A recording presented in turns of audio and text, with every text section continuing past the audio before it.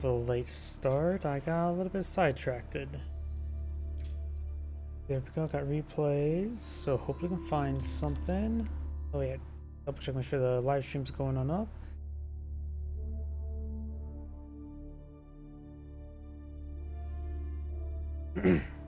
Damn, my voice is already going out.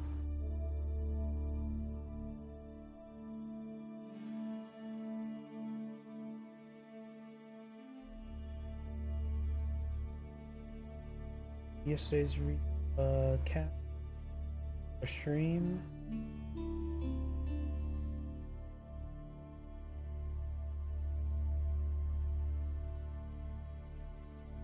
Oh.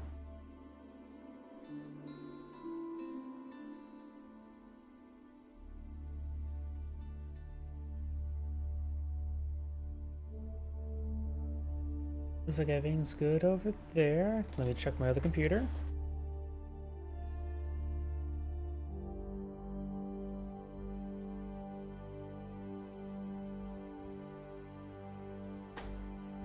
And looks like everything's good from my other computer, so let's go get started.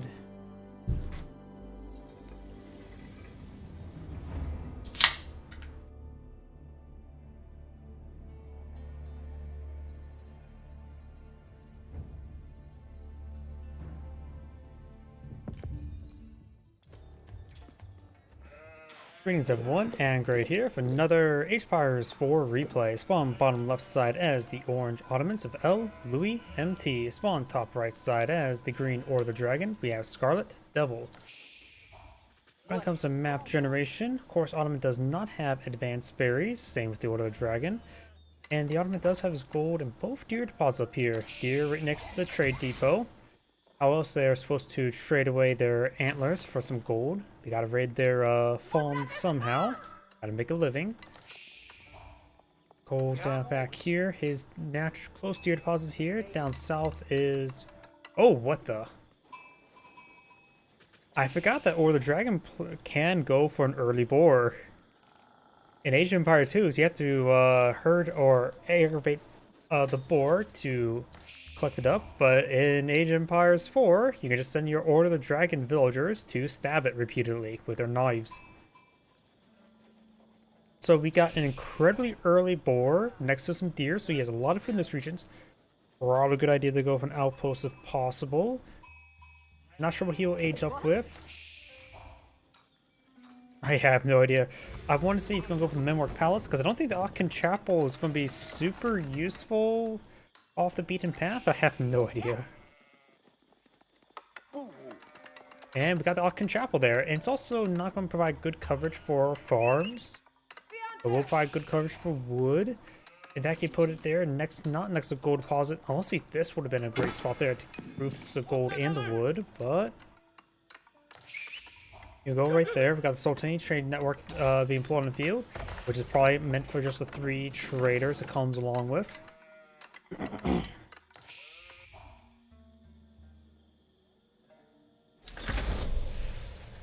Feudal age has been reached for the Order of the Dragon player.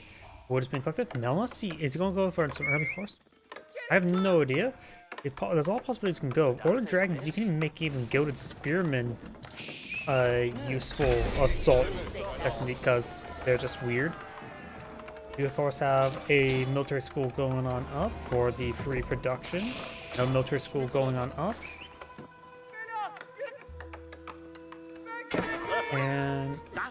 And we do have a Gilded Horseman. Gilded Horseman can be very useful. He may get some free... Let's see. He's going for Sipahi and Metter. Blacksmith stable and stable. He's eyeing for a lot of stability in his life. We all sort of need it with the economy being so bad. We do now have the outpost going on up. He's actually going to protect his boar in the meantime. It's not a bad idea. He does also, like I said, have nearby deer. It's still maybe worth to build another outpost here when it's time to collect them up. Or he could grab some units and try to corral them this way, but that can be a little more difficult since he is Order of the Dragon. If he's going to try to corral like that, he may just want to build some ungilded scouts for that. Having an extra scout or 2 wouldn't hurt him and will aid in that aspect. Got now the hardened gilded spearman research on the way. Sipahi deployed on now the field. Got some Meter and more Sipahi.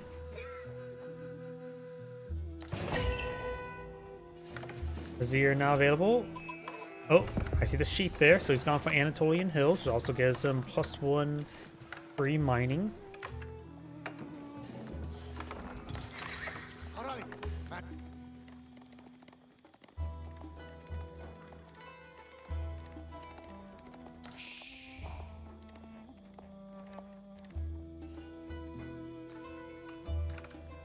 Stable and barracks now being deployed on the field. Outposts being built next to gold deposit. Or to keep the area secure. And now we got the scout and horsemen advancing way forward. Let's see, we got only Sipahi. All 4 Sipahi are here. All 5 Sipahi are right here. And the Meter. 5. Here's the problem as well. I remember talking with some of the people previously of my previous stream. It's really, and I always agree with this, and I know people mentioned this beforehand, I've always agreed with it. It is really difficult to determine how these conflicts will go with the gilded units versus regular units. But if we're assuming two gilded horsemen are times 2 horsemen in entirety, he is outnumbered. Plus enough gilded horsemen or the Meter does provide some benefits for the Sipahi as well. As well, there's some other games like in Age of Mythology. It's hard to judge sometimes Atlantean fights as well, since they have more costly military units and a smaller elite force.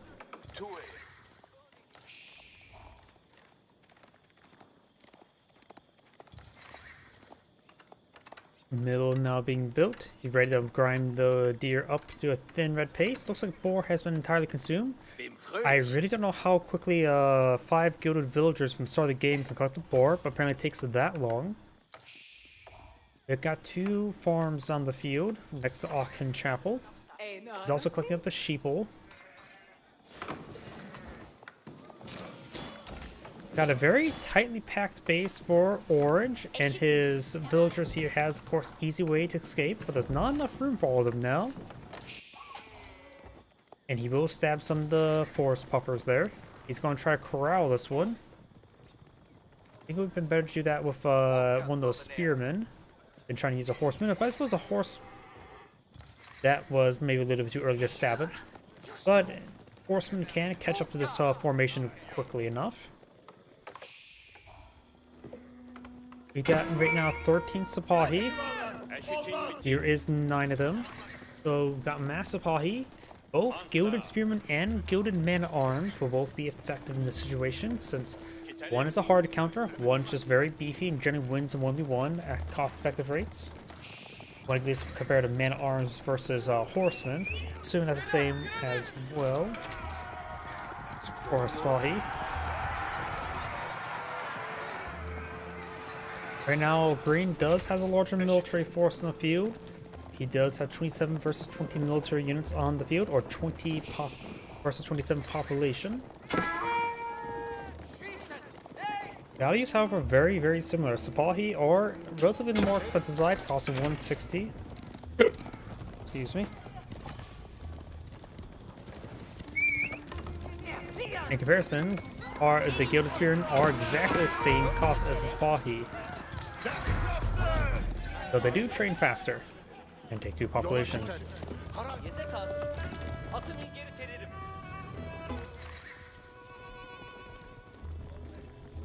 Hardened Spearmen, if we assume they don't have any damage multiplier, I'm just sort of curious. Assuming it's not a counter unit, 12 damage, 1.88 attack speed. Of course, he does have fast attack speeds, roughly similar as well. Huh. Hey, look at this. Sipahi and Gilded Hardened Spearmen are actually pretty similar. One has a bit more health, one has a bit more speed. Of course, they have different damage multipliers. Just a bit more extreme for the Spearmen.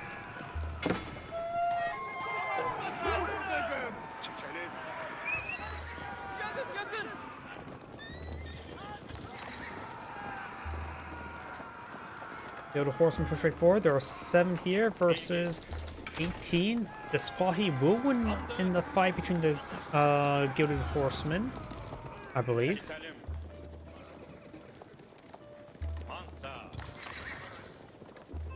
do now have the survival techniques being researched by the Ottoman player. He's starting to collect a little gear as well. He has 10 villagers there, so he may want to get a second outpost.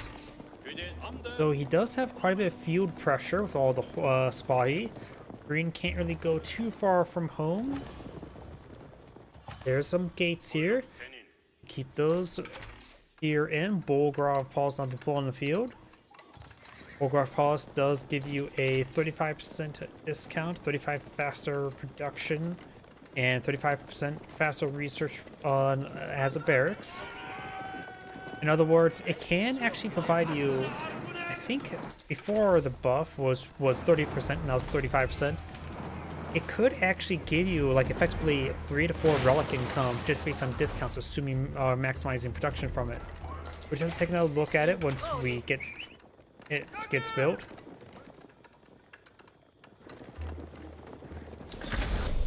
Let's see. A Gilded Spearman does cost 160. This right now is costing 108.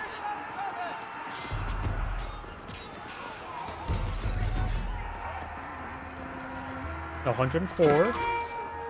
And you can pull that one out every 13 seconds. So 160 minus 104 equals 56. The resources saved per spearman. Got a big engagement here. And you can deploy up to what, 5 of them per minute.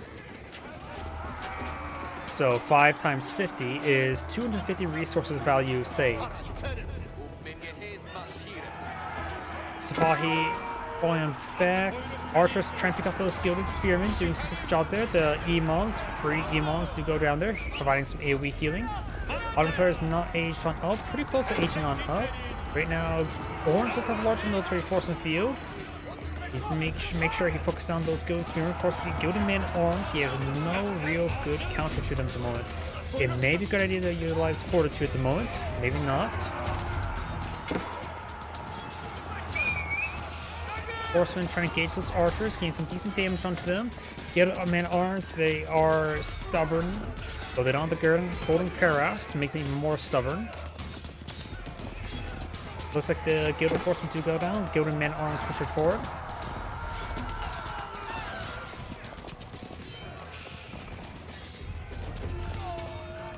And it looks like Green's army does get cleaned on up. If you're going back to that relic, assuming that you get 250 resources saved per minute if you're constantly booting the Bolgraf Paulus, which he is currently producing from it, you effectively have, that's effectively 3 relics worth of income without Tithe Dwarf. So you got to make sure you either, if you want to have the most value, you have to get at least 4 relics from the Regni's Cathedral, or you get the Bolgraf Paulus, which pretty much give you a guaranteed value, assuming you're constantly producing from it. Even if you don't want to build stuff from the barracks, you should still constantly be producing for the Bolgraf Paulus.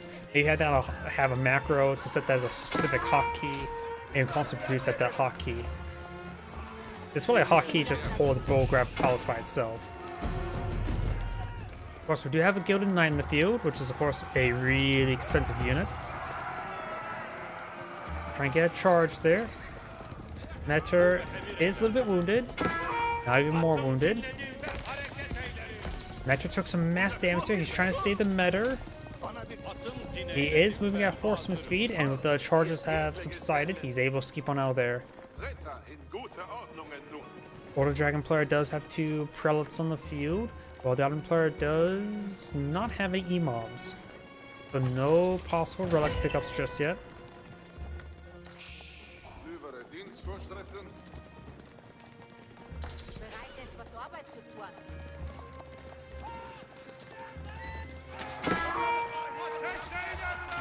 Get a Man-at-Arms, let's take a bit of damage there. He could still probably use some Gilded Spearmen.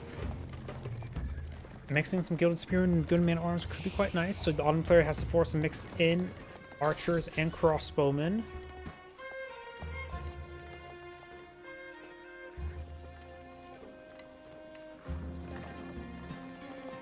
Got some Lancers now pulling the field. Has decent force there. Sipahi and a patrol. Oh, they are wounded. He did peel off his wounded Sipahi to get healed up by Imam. Very nice. These guys need some healing as well.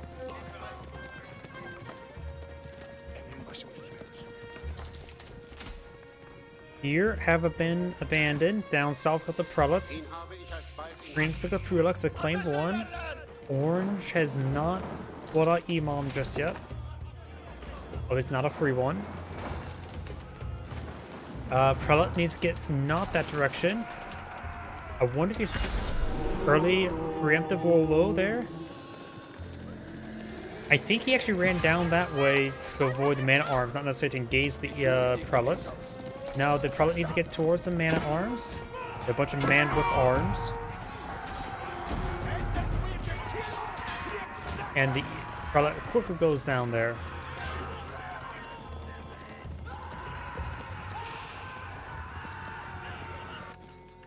Up north, we got berries being collected on up. It's better go for deer. He's also collected deer with his 10 villagers.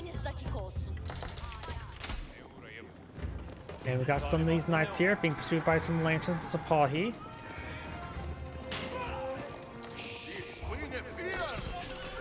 Knight taking severe damage. One knight does go down. Those are expensive losses. Orange has a much greater kill value than green. So Orange is doing a great job of fighting.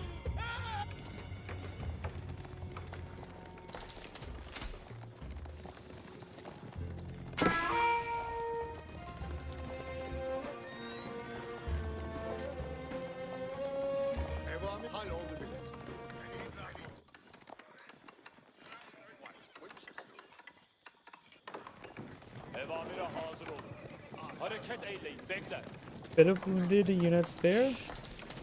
Let's see, he does have Imam not being employed on the field. He's been keeping all his wounded units back here. You're not wounded.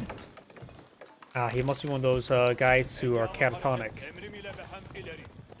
I don't know if anybody will get that Band of Brothers reference.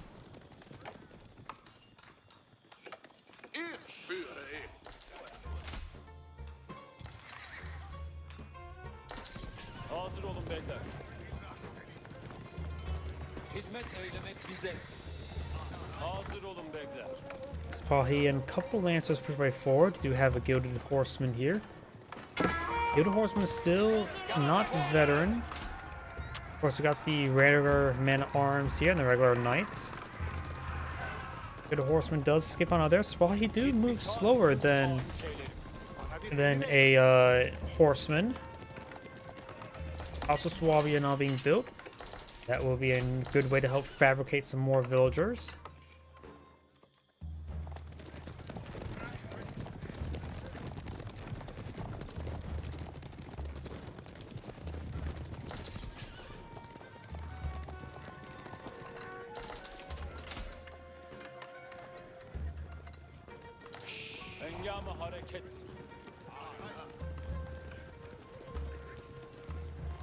Alright, decent number of crossbowmen on the field. He has gone for Lords of Heavy, though he's sort of mixing some Gildan Lance connects. Does not have halberdiers, but honestly I don't really put much value in the bleed and damage of time effects. It's just like of the bleed of the halberdiers upgrade, or the Zornhau upgrade, or the Poison Arrows of Mullions. So they should be still just fine. Of course, you can always go Inspired Warriors, giving them increased movement speed and plus 50% damage, but especially the plus 50% damage will make them go a long way. It would be a massive multiplier for those units. Right now, Orange is a larger army by a significant amount. Green has a decent army, values in favor of Orange. He has kind of the Mehid Imperial armor, right? Yeah, I just haven't seen any siege weapons deployed on the field. There they are. Got a keep here. As well as Springboard equipped outpost. He has only claimed 3 relics, and his one was, I guess, claimed 1 and picked up 1. It was a good thing he went for the Bulgraf Palace. It does net him more value over time, assuming he's constantly producing from it, which he is not.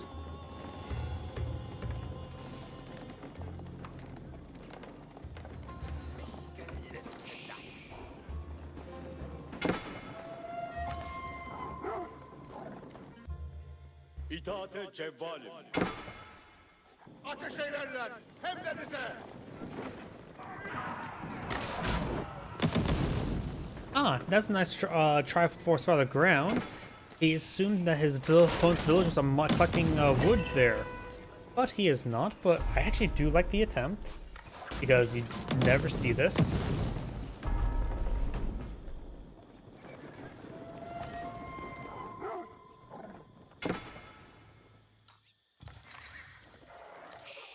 Local Doggo demands head pass, so one 6-side being captured on up, this one's being captured on up. And this one, that's a villager, not a imam. We do have, of course, some Dragon Hand Cannoneers deployed on the field, Gilded Hand Cannoneers.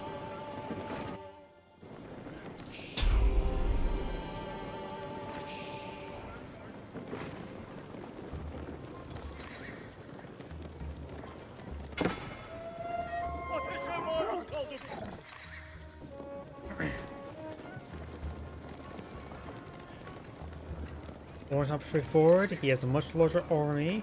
He's not age on up. He almost has enough resource age on up. I don't think we've seen elite army tactics just yet. That could be very useful. He'll try and keep his distance. Of course, got the Mangonels here. We got a Culverin here, which should be able to one-shot those things. Or maybe not. Oh yeah, you need the chemistry upgrade before you can one-shot them.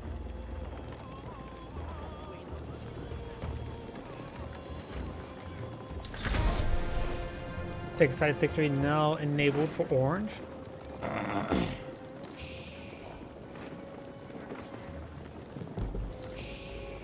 Now we've got the Great Sea Gate now being plotted in the field. It's designed for forward keep.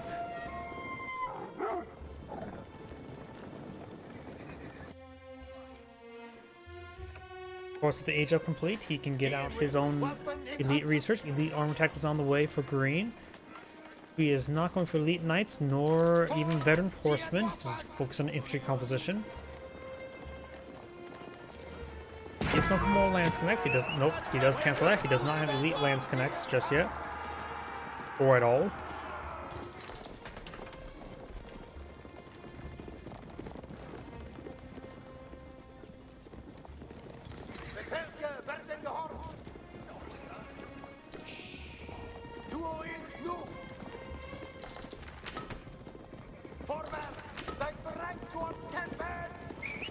Orange trying to push way forward, trying to torch through some of these walls. I don't think Fortitude can help improve his torch attack speed, but it might. Never really looked into it. Gilded Knights trying to chase these guys down. He can easily overwhelm them. He has the age up. He's going to need a lot of elite research going. He does have quite a bit of gold for it. With elite spy.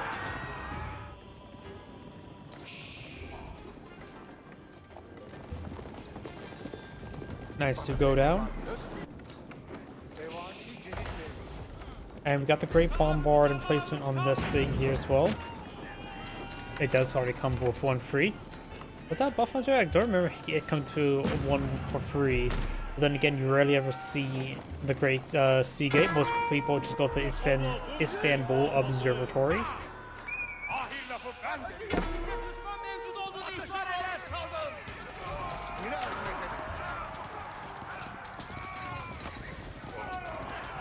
Those cut off those spearmen. He only has hardened spear, not even veteran. Got a keep or relic inside this outpost. Trying to fall back now.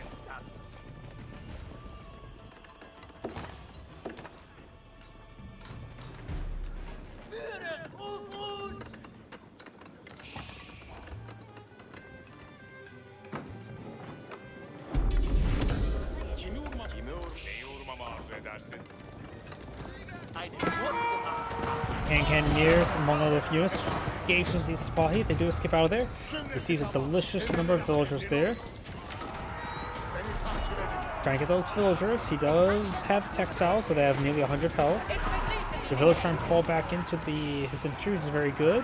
He may have got like, what, 4 villagers there?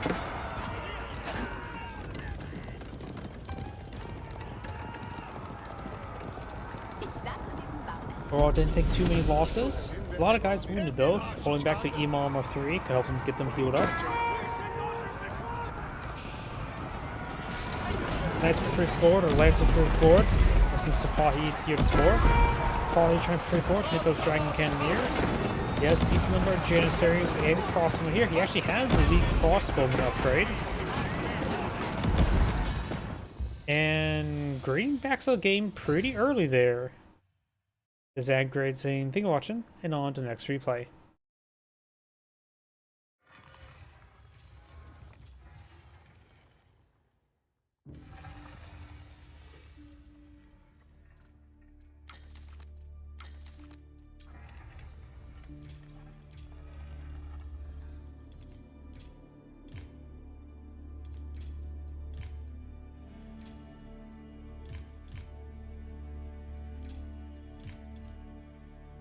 Here we go, another replay here.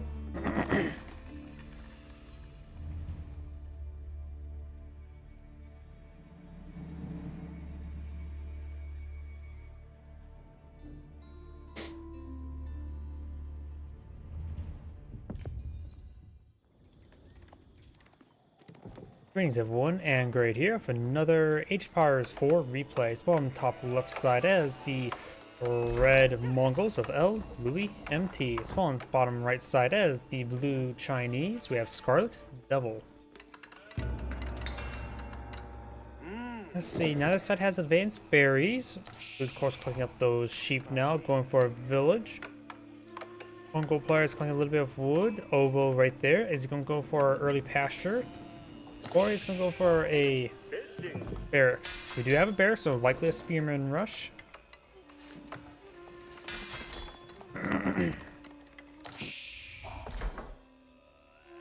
Here, moving around. I'm not sure why you've established it right there.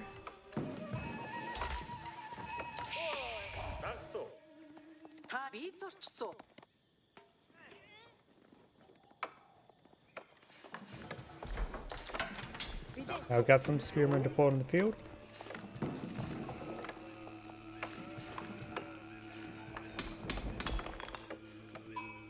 Gonna push his way forward. His town's gonna reach up to here. Yeah, there's not gonna be decent spots for the spearmen, actually.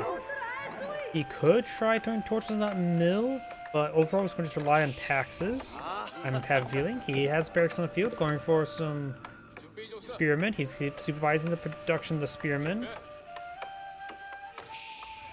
And now here comes the big assault, but I don't think the Mongol player can really do much.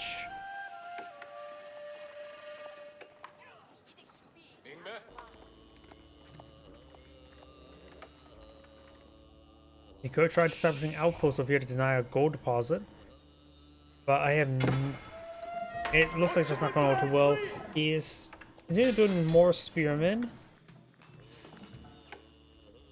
Oh, and that was a Chinese player. He has stopped building spearmen. I saw a spearman right here, and I didn't realize it was the other player. He has built up pasture with extra wood, probably because he realized, oh yeah, I can't do much with this spearman rush. He could place a pasture next to the ovo for more production. It'll be a bit of a long distance move for the sheep, but it should be safe enough. It's not that simple to intercept sheep.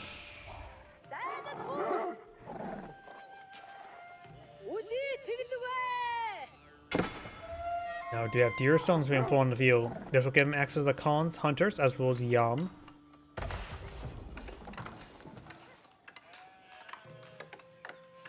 He's going to have a little bit of gold. Here comes the spearman counterattack. There's a lot of free targets here. When he sees the spearman, he really needs to make sure he has enough wood for an archery range.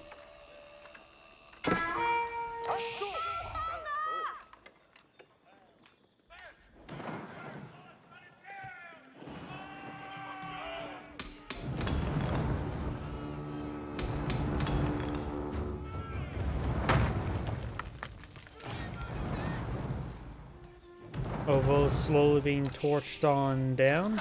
We got the Khan moving on way back. Couple spearmen here. And now it's 6 spearmen versus 10. Chinese player does have a spearman advantage. Red spearmen are way down here.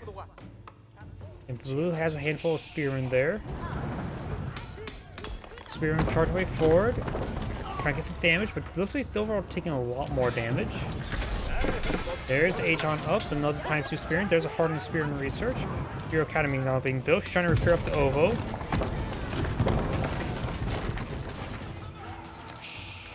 There's an archery range. Villagers have repaired up the OVO, so it's no longer on fire. Of course, he does have hardened spearman there, getting a little extra damage and well as health. One villager does go down there. It looks like the Mongol player's spearman will hold off. He does have a spearman there. It's chasing with one single spear, that scout. Chasing with a spearman wouldn't be half bad. He has a number of sheeple there as well. And now we've got a pair of the Magidai now being pulled on the field, or a single Magidai. Just a single Magidai.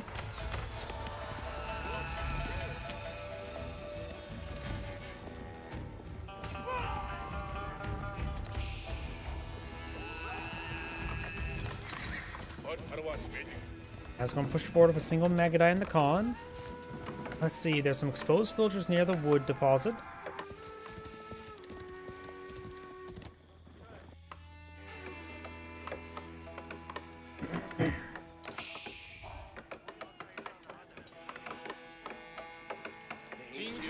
Wood deposit is still exposed.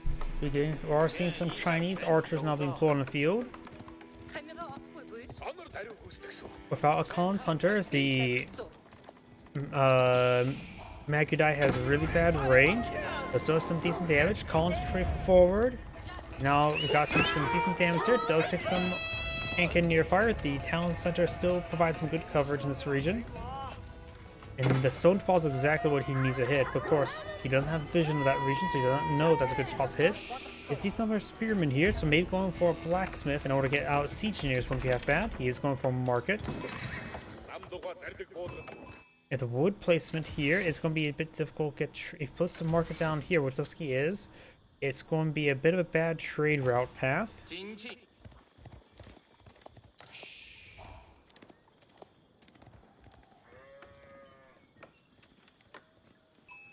Now I've got two Magidai, one Khan Hunter, and one Khan.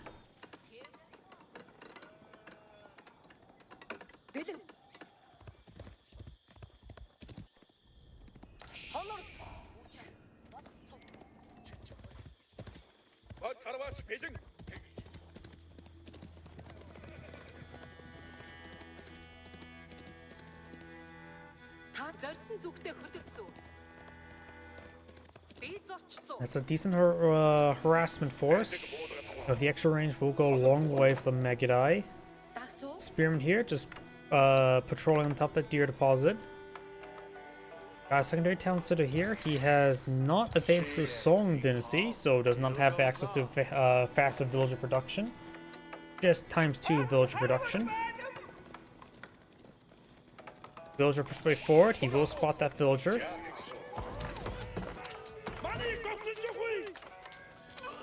Villager quickly goes on down there. There's some spearmen. And he can actually engage the spearmen with the Magidai.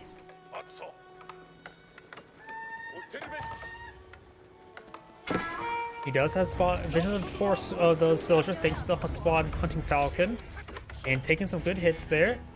Spearman force him back here. He has a number of archers in the region. One of the villagers do go down there. So far Red's killed off 2 villagers. Blue's only killed off the 1. Now here comes the Magidai. The Khan's Hunter does also have a hunting falcon, but this one's still active. That one's no... Oh, no, it's still there. There it goes. No, it's no longer active.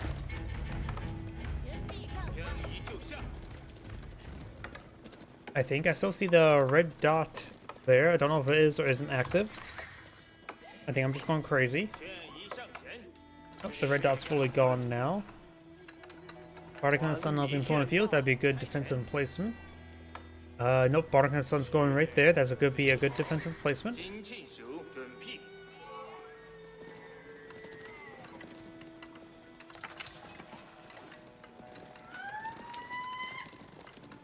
Hunting Falcon there does spot those units. Needs to keep his distance. Does take an arrow volley. Archer still outrange him. Did he just stab the Hunting Falcon spawn? I saw him stab right there. I think it was like the spot where the Hunting Falcon was actually summoned. That may have been a bug. Khan gets sniped. He does use a move arrow there to get it out of range quickly. More Magadai now being put in field. Only one Khan Hunter. The Khan Hunter, it does act as a scout. So it does have able spot through the shrubbery, as well as have access to the Hunting Falcon.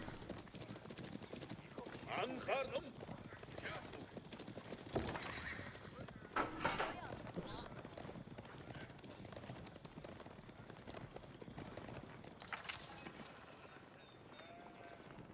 Spearman moving around. More Magadai. He's just going for mass Magadai. Zunchnews will be a hard counter to them.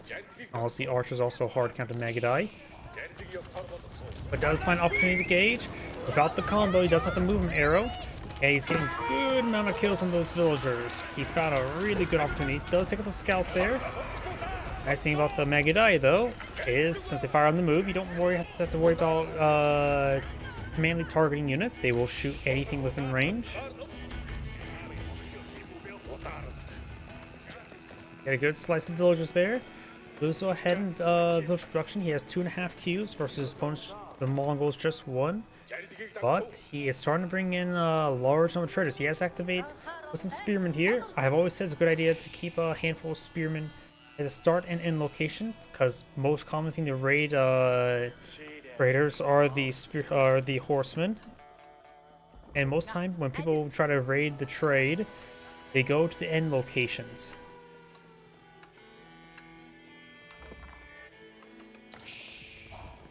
So spearman right there is a good spot. Plus with the Yam network, they do have pretty decent movement speed.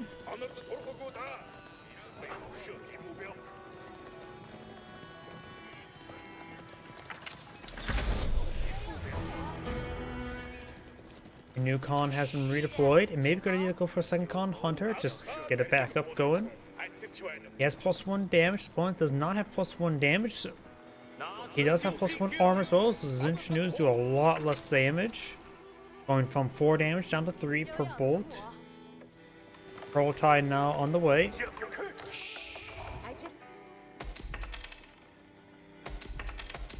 Looks like he has 8 traders on the field.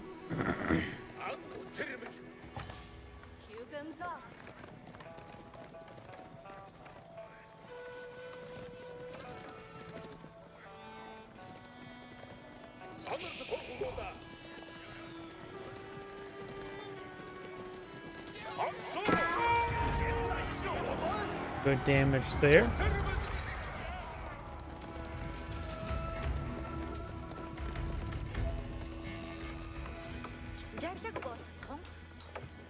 Only have level 1 Silk Road.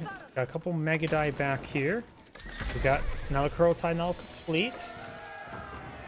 More stables going on the field. Ovo almost depleted. Now would be a good idea to start stockpiling some stone. This would be a good spot for the stone. Plus with the outpost here, you can always get improved Yum network in Age 4.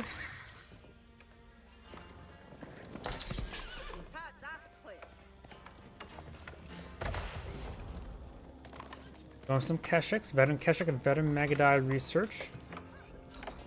The Chinese player almost has enough resources to age on up. He doesn't have, he's going for +1 range armor, which is probably a better idea than going +1 damage. The Magadai do have really high attack speeds. One of the few times where I say go for could be a possibility to say go for damage rather than armor when fighting against Zunchnews. Since they both have more or less the same motif, just a little bit different.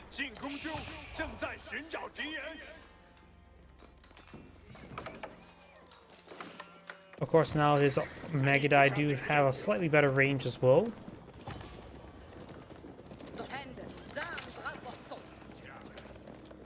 Hero Palace not being built. He doesn't have a whole lot of torch damage. In fact, just 1.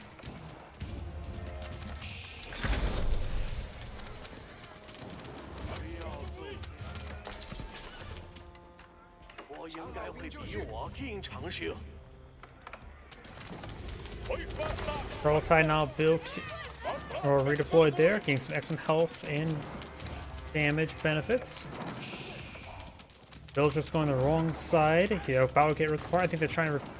Nope, they're just trying to chop down the trees in a bad spot.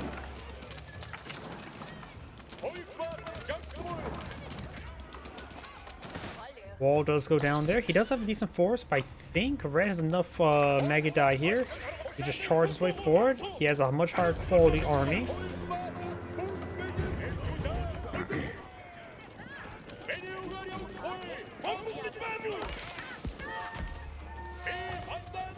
There's a very new upgrade. Kurultai here. He does not want to fight near the Kurultai. So it's like, oh, if he has perfect vision, that'd be a great spot to raid.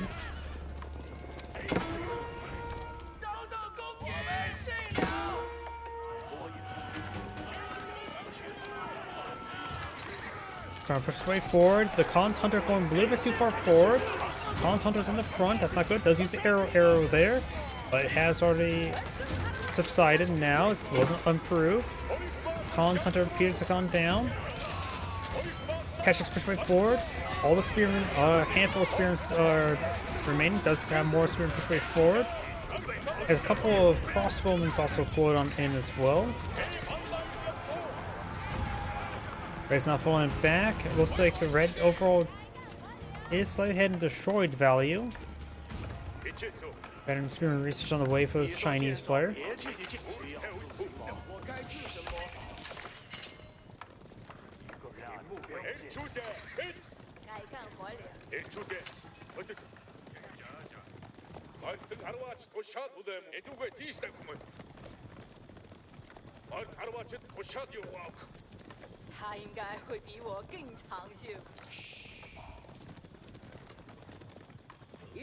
Got a handful of units back here he has not been utilizing. Right now he does have 17 traders in the field, so he does have tier 2 Silk Road or tier 3 Silk Road. Providing, look at that, 92 gold. He is a bit more diagonal, so that trade is even more valuable. He's sliced through most of these trees, which is good. Slicing a little bit more would be half bad, as well as his next tree deposit should perhaps try to slice through this a little bit there to get a better angle. So right now, the Mongol player has excellent trade income.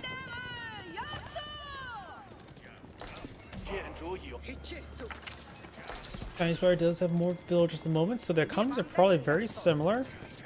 See, 1,600 versus 1,000. I think the Chinese player is slightly better. Some of these villagers can hit quite nicely.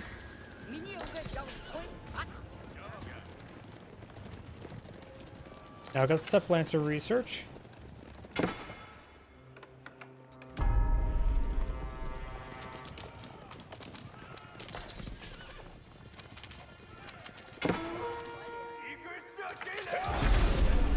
Khan does go down there.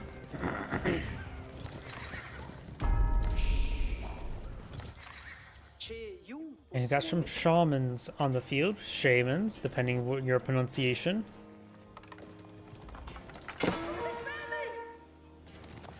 And now got these Keshiks and Magadai. And push forward. Does take some stabs there. Does lose one the Magadai. And with a bit of micro, he can keep those Magadai in range. He has not redeployed any Khan's Hunters, which may be an oversight. That little bit extra range does go a long way, especially the arrows, make them go longer ways. Now I've got some Palace Guard being deployed in the field. Palace Guard help pursue these forces. Their lower armor could make them a bit more vulnerable to Magadai.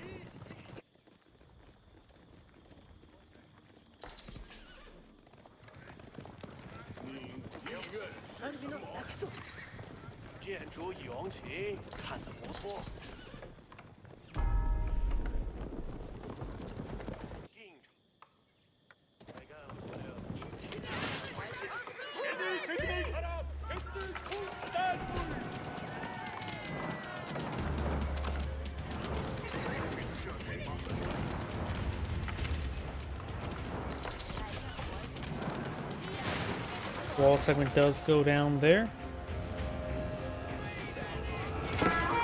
The Khan is not in this region. The Khan is has died. We got another Khan's Hunter now being deployed on the field.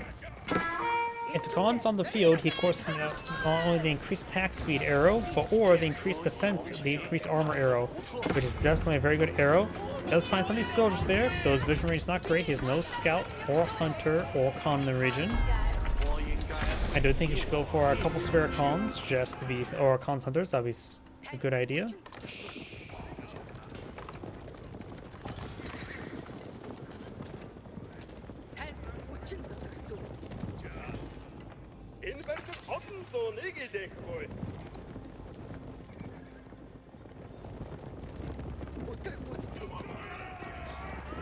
Got these forces now pushing way forward.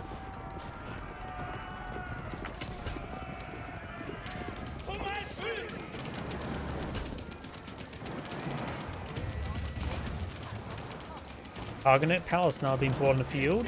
That can give him quite a bit of value. He has some spare population to go along with it, so he can let the Cognac Palace produce more units while he can focus his economy to get the advanced research. Incendiary arrows should be very effective, as well as advanced biology. There's a bit of stone there. We've got some walls here, so that's the great gatehouse may go there. And keep the Magadai in range. And those spearmen will going down, as well as the Palace Guard. Maybe even sheer bow limbs could be very useful. After all, that when you get sheer bow limbs, especially advanced sheer bow limbs, that's when your Magadai actually become good. A scouting falcon right there would be very useful. I think his Magadai could reach some of those villagers. Oh, but you can find these villagers. But he stopped right before there, and he couldn't get a drive-by off. Magadai needs to keep on running. Then fighting Wolson is not really a good idea. Just keep on moving, keep on hunting with the Khan's Hunter. Outpost will go down there. He has an outpost here, as well as a Kurultai, give him more movement speed and, of course, health, regen, and damage. Second side victory there. Elite Magadai, Elite Keshik research now being researched. Plus, oh, we got a sheet of bow limbs here. Very nice.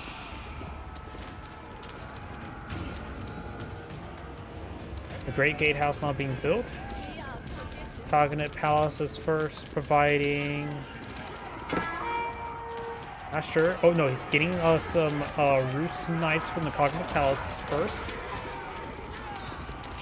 But they will come with Boyar's Fortitude. Incendiary arrows and stone commerce being researched as well. It's just, in my opinion, a bad idea to go for the advanced, improved stone commerce. Since it costs you 1,000 stone, and it will take you a couple minutes just to get that back. You got other important research to go for. That's definitely the last priority research. And this is where the Magadai are good. They are specialized in hitting these villagers in these farms. There's a lot of open ground they can fire, and you just have to do a drive-by and kill off all the villagers nearby. Incendiary arrows is not complete just yet. He has taken some damage. And the village count is very similar, but since the Mongol player has a large number of trade caravans, his economy is much better at the moment. Plus he has 4 relics. Hopefully he goes for Tithe Barn, maybe advanced Tithe Barn. Get extra stone generation going.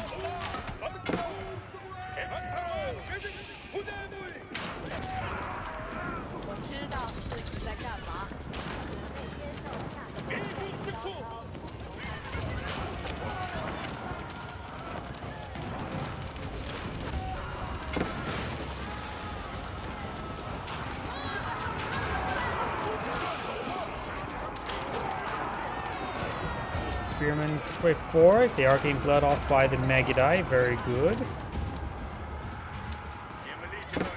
Kill value is very similar. You will find a single village there, as well as a big hole. If you continue to push way forward and get those granaries again, I think the Keshiks could fall back and just micro the Magadai. But sometimes you want to split your Magadai from the Keshiks.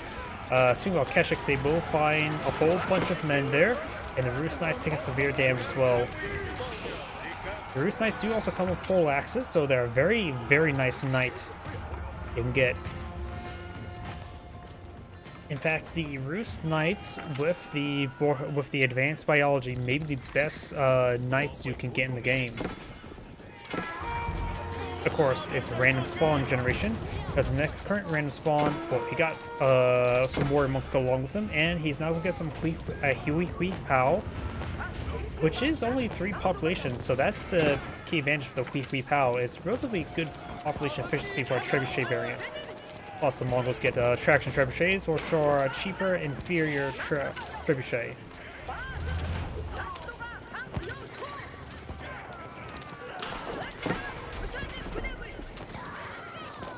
And this is where the Magadai do well, though he does not have a Colin Hunter here to help with their range, but they specialize at killing villagers and traders. Their high attack speed and villagers fire while moving, and they tend to, since they're high attack speed, it feels like they spread out the damage quite well, probably due to their short range. Got a good number of villagers there. Alisgar, of course, with the combat sprint and Yuan Dynasty, does make them move at... Their base move speed is actually right now faster than Magadai, thanks to the Yuan Dynasty. And the combat sprint can make them just catch up. Does find some more villagers there. They will get reparked. Has 1 Roost Knight still alive. Now he's getting some Roost Horse Archers, which does have Gallop, and does come for a Colin Hunter or 2. I forget how many.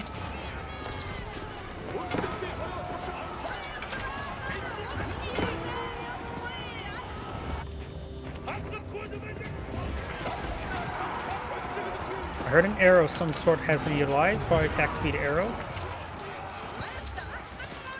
Got a decent number of crossbowmen on a handful of Zunchunus. And once the Palace Guard gets cleaned up, Magadai should actually be decent against the crossbowmen. Having really high DPS. He does have the Pearl Tie here to support them now as well, so they're doing 17 damage per shot, which is pretty good and really high attack speed. And here's the column.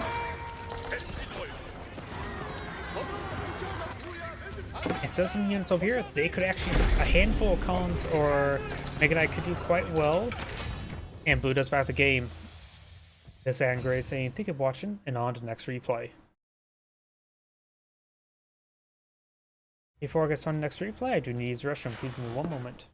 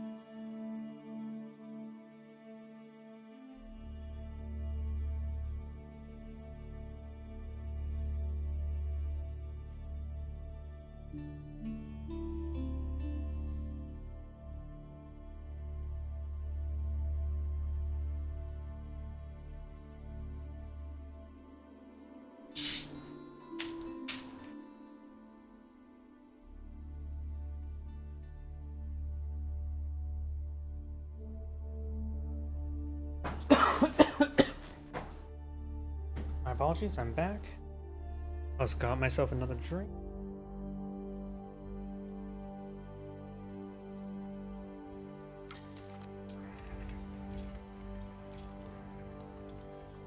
Let's see now. Too short. Too short. Too short. Too short. Too short. Let's see, the 11th. Okay, yep. Today's the 14th, and I don't need to go 7th or 8th.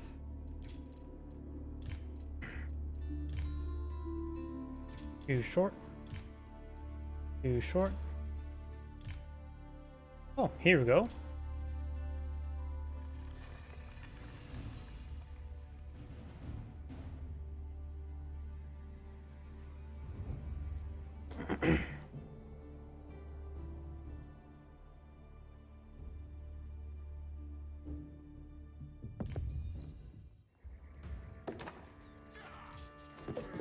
Greens of 1 and grade here. Another H-Powers 4 replay. Spawn top left side as Magenta English of Liquid Demu. Spawn bottom right side as the Pink Japanese of L Louis MT. Japanese, of course, has cheaper fishing boats, so he's going to get some fishing boats. English players tend to be a bit more turtle-ish, so he's going to go for some fishing boats. And he will probably go the Council Hall as well, and not the Abbey of Kings, because I think the Longbowmen would be better against the fishing or against the ultra ships. Maybe not, I could be wrong. By the way, guess we'll have to wait and see.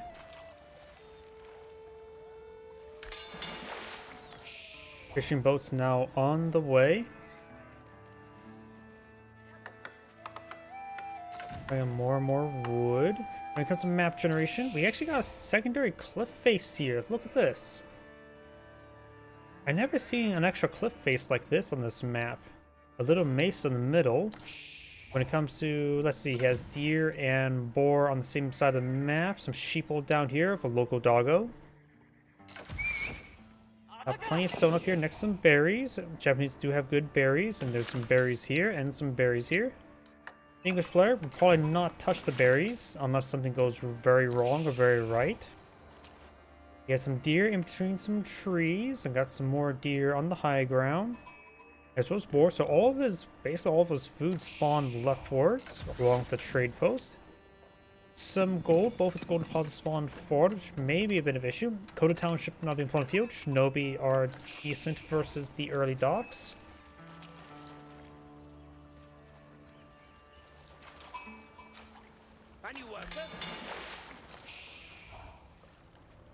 I'm assuming, yeah.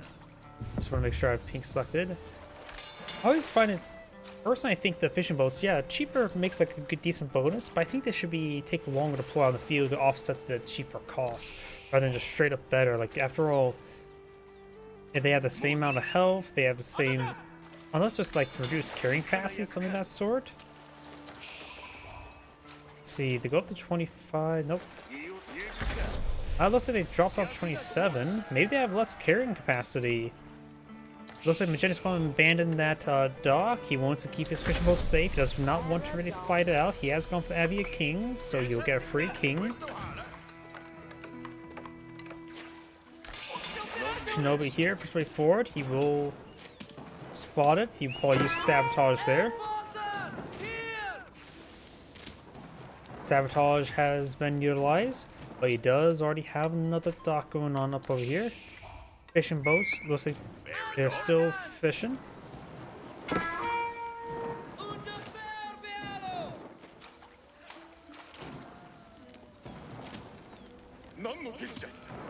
Shinobi do have the same torch damage. They do have 20 melee damage, which is pretty good, and plus 5 versus melee. King has now been deployed in the field. Charge way forward, going to impale the Spring Gold ship. Nope, going to hit that villager. The King does have slower attack speed than other knight variants. And that villager does get stabbed. Of course, now I've got arrow ship and Spring Gold ship here. We got an arrow ship for the English player.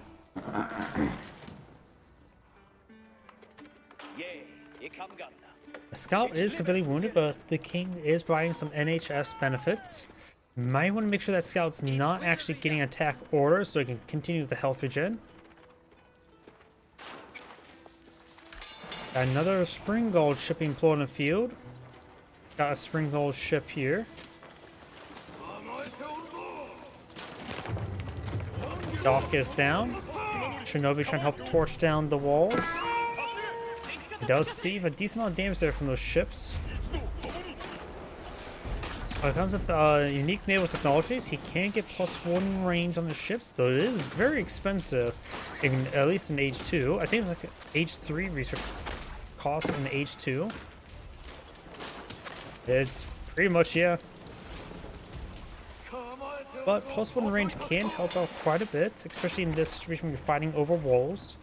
Japanese, however, can get +2 fire and range armor, so making their ships much more resistant to arrow ships.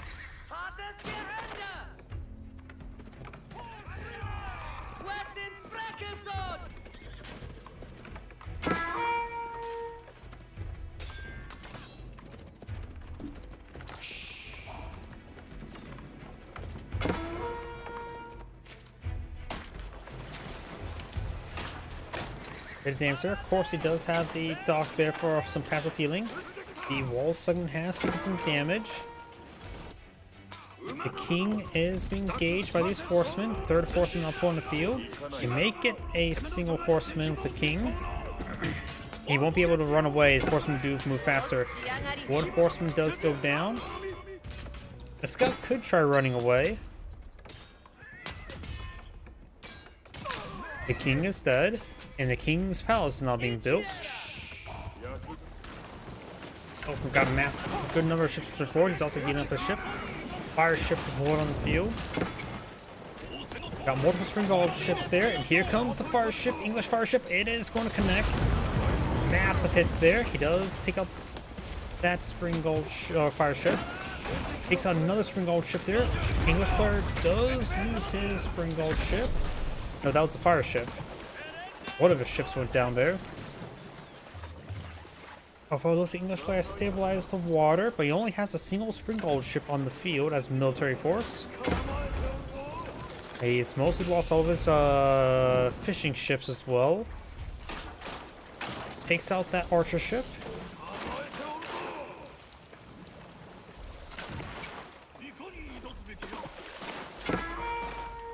And he does not. He's gonna let the fire ship by, or unable to stop at least.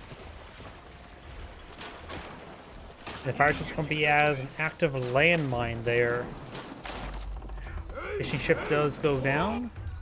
Of course, we got the King's Palace, which is a secondary town center. No, which is actually pretty rare. Most of the time I just assume it's White Tower, but he's going, since he lost the sea, he's going for a second town center. He could try eyeing a third. We may see the English turtle be more prevalent right now. He is going for some basic economic research. I don't know what economic research the Japanese has, since it does none of that shows up there. He has no mining. He has level 1 wood. It's sort of weird even level 1 wood doesn't show up. I mean, that's the same technology. But now he's also going for the wheelbarrow berry hybrid thing, but the first one. He also make his berries more tolerable and reasonable actuality. The king is, along with the king has been redeployed on the field. Now we got the English farming economy going on up. He has a handful of villagers on gold. You may eye for Imperial Age. I'm not sure if you go for the Weingard Palace, the Berkshire Castle. Berkshire will, of course, give him an excellent defensive landmark and maybe even reach some of the sea if he pulls it forward. Could be useful to help secure up some of these other resources, such as planting right there will help him secure the golden stone and perhaps even some deer, as well as wood. Warrenguard Palace gives you a lot of unique guys. The Japanese, they have really good infantry, in which the Warrenguard Rangers could be very useful, since it's not uncommon for Japanese to go for the Ono Bugishas, the light infantry unit. Warrenguard Rangers will have, of course, increased damage and very good range. In fact, that increased range could help them engage all the naval units as well. War Junks have a range of 6. Warrenguard Rangers has a range of 9. So that can even outrange the War Junk by sticking out. Even Longbone technically outrange the War Junk. But 9 is very different than 7.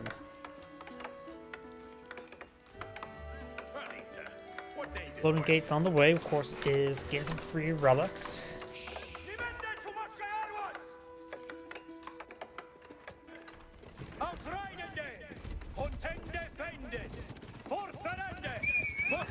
King having trouble pushing his way forward. Horseman trying to get the king now. Various technology and research. The English player has not gone for any blacksmith research. I don't know why. I thought I heard the sound effect for. Oh, I guess Yoshiro was put in a lumber camp. That's interesting. I heard the mounted archer sound effect, so I got a little bit confused there. Village does go down.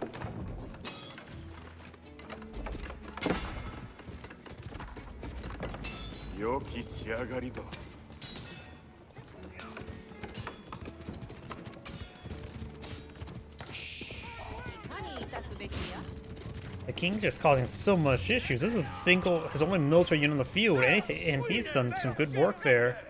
His opponent is rolling in all the advances.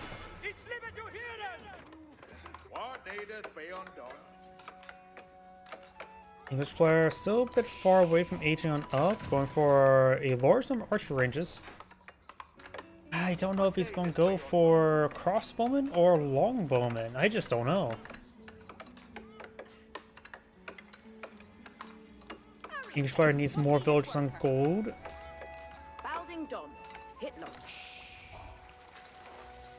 Japanese player has a large amount of fishing ships, so you will turn all the fish. The English player has more villagers at the moment, more civilian population.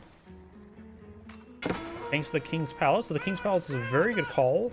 Not to mention, the fishing boats are only limited. Will only give them a limited amount of resources. It will be a good amount of resources, but it is limited.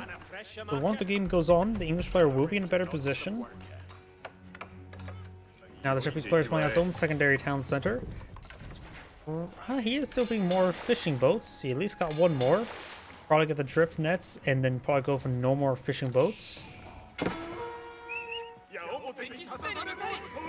And this knight still causing issues. He's going for crossbowman. Another Yoshiro got planted somewhere. Where? I'm not sure. Maybe Yoshiro in the Kota Township?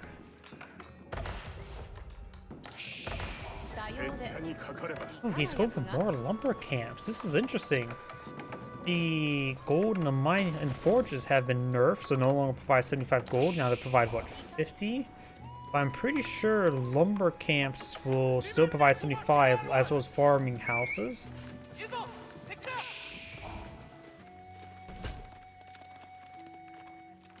So it's going to go for a lot of free stone or wood generation.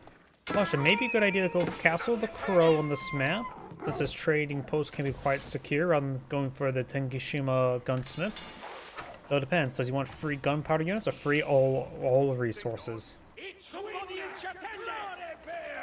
Got a large number of crossbow in the field. I still don't know what the English plan is in total. The Japanese player doesn't have a lot of military units in the field as well, so he has one heavy unit, but at this point in time, there's probably over-response of crossbowmen. English player has almost enough food to age on up, just needs a bit more gold. Daimyo Manor now complete. Going for a large number of barracks as well as a siege workshop. Of course, Japanese have good military units, whether it be heavy or light. English player may want. He is going for the veteran longbowman. Minimum getting that would be a good idea, so he can help be a bit more flexible to respond to whatever his opponent's threat is. He is not going across the sea anytime soon, so adaptive defense wouldn't be half bad. We got Tenkishima gunsmith.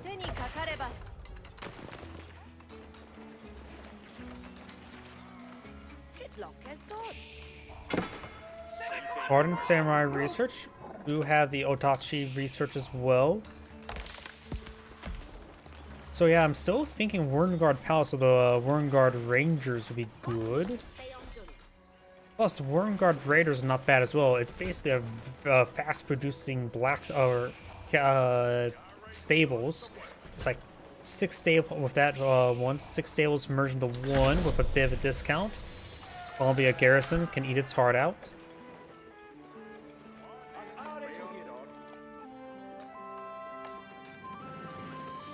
Plus 2 damage.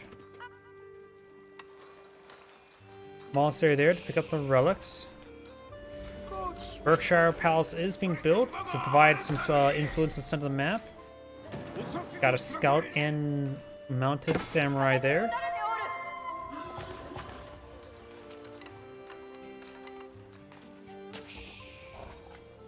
War has been obtained, but looks like there's actually not enough surface area for all the villagers.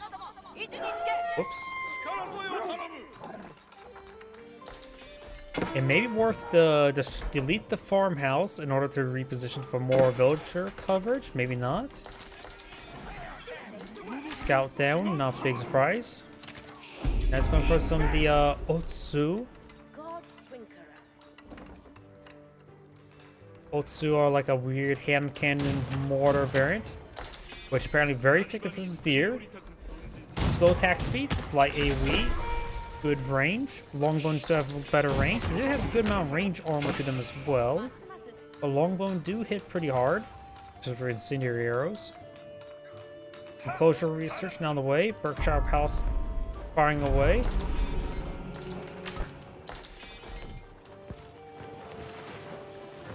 You will make sure ships will not advance this channel in all directions.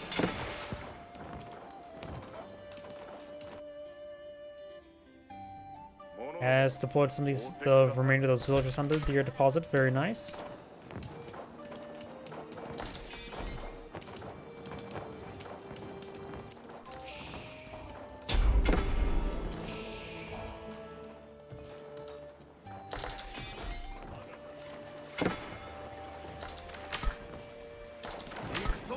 It did auto attack retarget to that ship when it got in the range.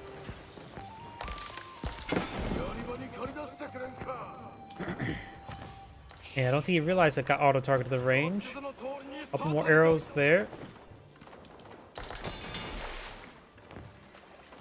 He does pull back the ship to the dock.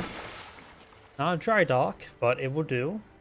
More blacksmith melee. We've got the Bruneri research for more Yoshiros. And he's going for heavy in the wood. I don't know if we'll go putting the wood is... Putting the wood is interesting. I just don't know if that's a good call or what. Berkshire Palace gets good damage there. He could garrison these units inside the Berkshire Palace in order to get extra arrows going at long range. Otsu takes some damage. They are... Oh wait, now they're classified as heavy. Was they always classified as heavy? That means crossbowmen do bonus damage against them. That must have been a nerf to them. I don't remember them ever being classified as heavy. But crossbowmen were an excellent choice then, since he's gone for Otsu. Berkshire Palace has taken some damage here, but of course all landmarks get repaired with wood, regardless not if they're a keep or not. We do now have the Veteran Onobushiga research.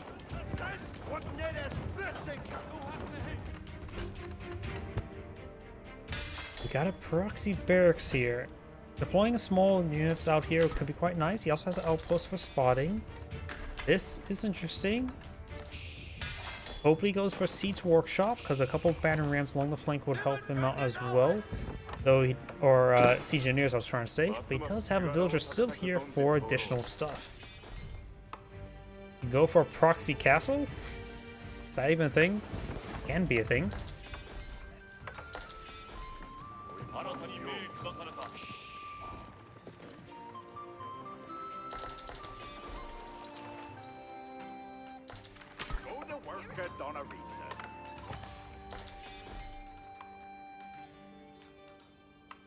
We now got bowling oil being researched by Magenta as well as Spyglass.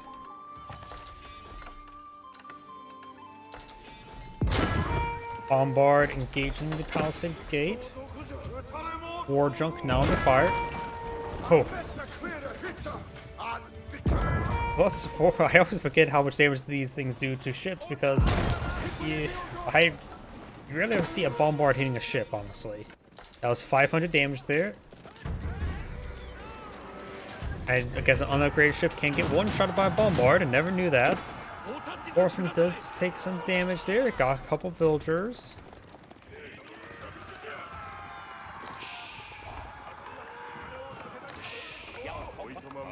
Got a relic here, trying to be obtained from the Shinto shrine. May go down there. He could try Wool. Villager's gonna hit there. He does get the relic inside. Of course, castle is a castle. Does get some good damage there. The king is dead. Oh, that rocket missed.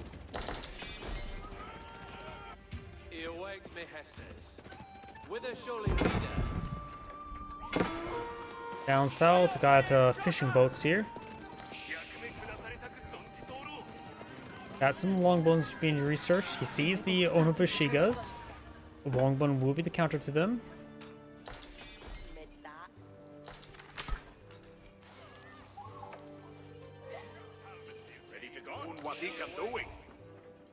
English foreign economy is doing quite well. This map also has pretty securable trade, so the English player can always supplement in a couple traders. Doesn't need too much. I would say no more than 20. More stables being put on the field, eyeing for a bit more stability in his life.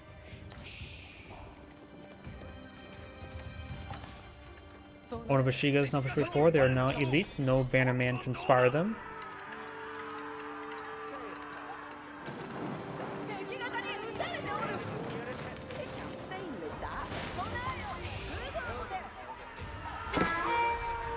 These villagers need to get inside the town center and the keep.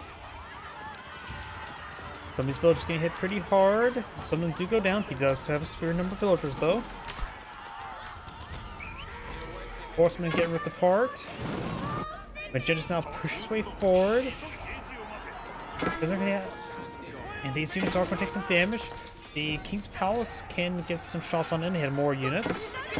Longbone and Hand Cannoneer is now engaging. Magenta's force push way forward. King's trying to forward at the gate. Maganel finds an excellent shot there, taking out half the health of those units. Castle region, Magenta's starting to fall back. Onobushiga is still being pursued, has a handful of units here to pursue them. Villagers being tasked into shelter.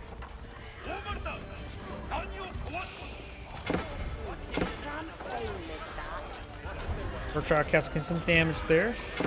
He does not have any man at arms on field. Armor clad would be a good way to hard counter these Onobushigas, but they do get hard countered by the samurai. With the Otashi research, that will overcome the armor clad.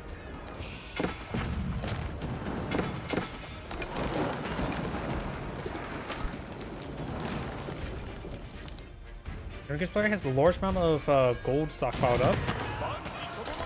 Crossbowmen push before, a couple hand cannoneers mixed on in, and some longbowmen. The longbowmen right now just are elite, no arrow volley ability.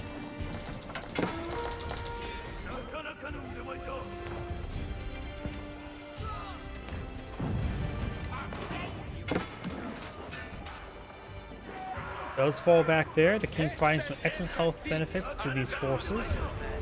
A decent number of the Otsu now deployed in the field. More longbowmen on the build queue. There's a bombard there. Villagers completely torch that down. He has a little siege workshop. And those are sure there's a samurai there.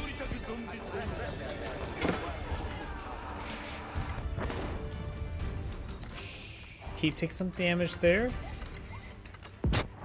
Horsemen need to respond to that. We're gonna cast on the opponent field on his capital.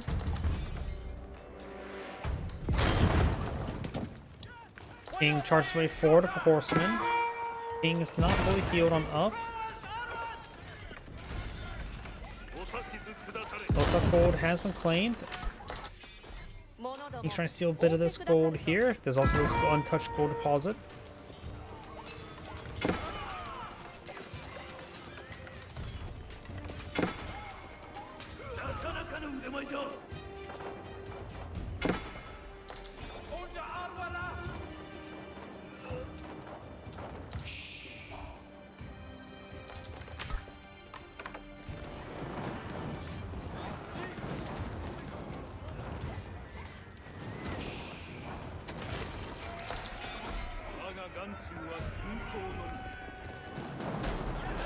Got some elite samurai here.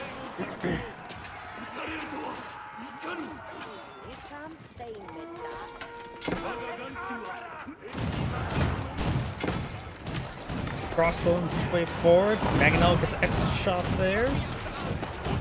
Doesn't appear he has any sort of anti-artillery. Horseman going to have trouble breaking on through. Crossbow overall is generally good. He's fighting against a mostly heavy force there. Those Mangonels are causing issues. And there we go. His front line has disintegrated. Now Magenta's able to counterattack, take out the siege weapons there. Both two being pursued. Since they are classified as range, they will receive bonus damage from these horsemen.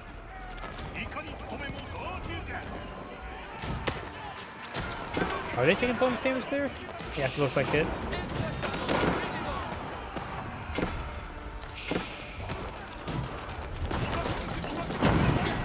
Taking severe damage there.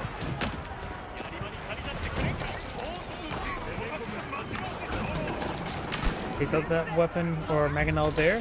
The rest of the stuff is being torched on down. Gold still being stolen. And more of their shields. He's just putting all their shields in the farm or those lumber camps. It's interesting. I don't know how effective it is. Tronet Castle Wolfpaw has that excellent rocket attack, but gets a lot of bonus damage on the cavalry.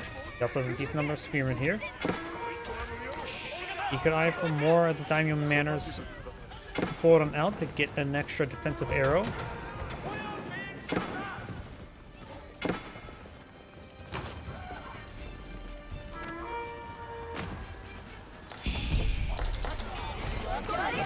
Crossbowmen, hand cannoneers backing on off. Magenta has a pretty good force here.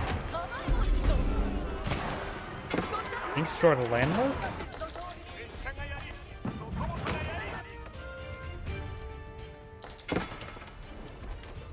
What landmark got destroyed?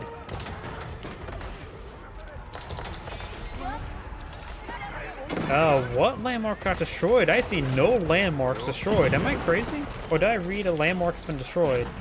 Was the Berkshire Castle? The Berkshire Castle must have been destroyed and repaired in one of the conflicts I wasn't paying attention to.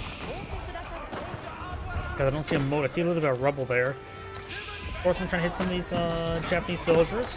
Castle does provide some excellent defense. The Shogun Castle does have a range of 8 tiles. And with the extra 100-point damage rock attack, it does not one-shot a horseman, but the very small damage from the arrows will help probably pretty much make a one-shot. King is dead. Around hand cannoneers, gunning down some more of the civilians. Now I've got some Onobushigas trying to engage these horsemen.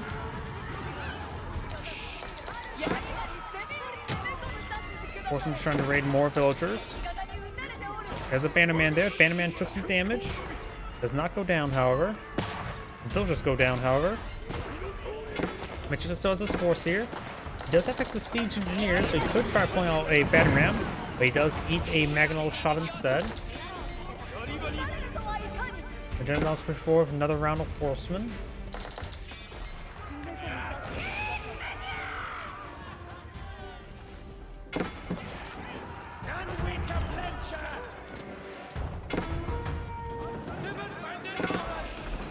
Palisade Gate now under fire.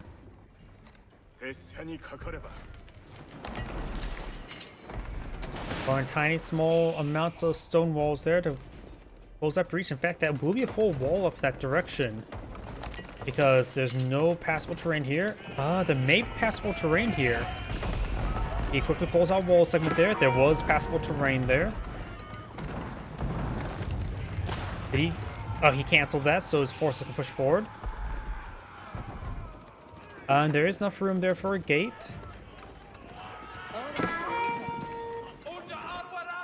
Magenta has a force here, is quite wounded. There's a Mangonel push way forward. Horseman gaining the Onobushigas and the Bannerman. Does spot some villagers there. All that gold has been clicked on up. Looks like the English player is out of gold inside the map. In fact, this appears to be the last gold deposit on the map. It's untouched and unspoiled. The English player has a decent still gold reserve, as well as food reserve. Good enough with villagers still wood. He may want to start eyeing to get some trade going. I think sealing some stone inside the map. Mangonel went down there, got some damage though. And Onobushiga should clean up the rest of that stuff. He's going for more horsemen, going for more hand cannoneers. We also got a more trebuchets being blown out as well.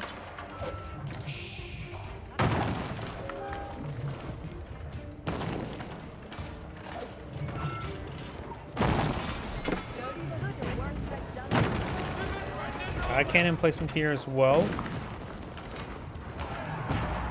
Nobushika's and Spearman push way forward. Overall, more longbone wouldn't be half bad. It would be cost effective. But right now, his wood is not a massive float. He has plenty of food and gold. Castle taking severe damage. He's trying to push way forward. They, of course, have a banner man, at least one banner man nearby. Rip apart the trebuchets. Berkshire Castle fires more. Castle does go down. Horseman being disintegrated, looks like. Hand cannons in good position. It looks like Pink has been wiped out there.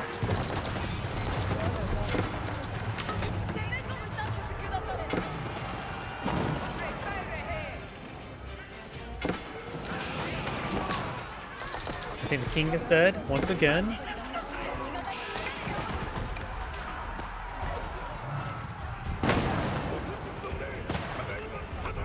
And now Pink's going for a Vulcan, a very rare siege weapon. It is an anti-infantry siege weapon. I think Mangonels do a better job than it though, in my opinion. It does have 10 melee armor.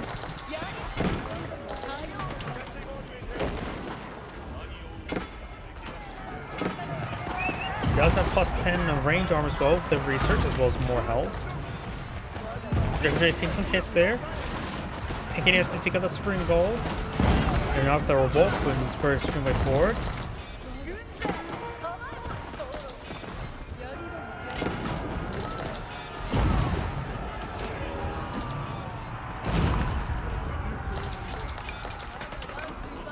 Keep now being built there. Mangonel fires a couple misses there. Trebuchets counter barraging. I wonder if he has the blast projectiles or whatever that upgrade's called. It's really not that great. It's nice to have if you have really nothing else to shoot at. But it does make sniping artillery pieces a little bit more easier. Castle under massive fire once again. Got the Vulcans push forward, Bombard or Mangonel push forward.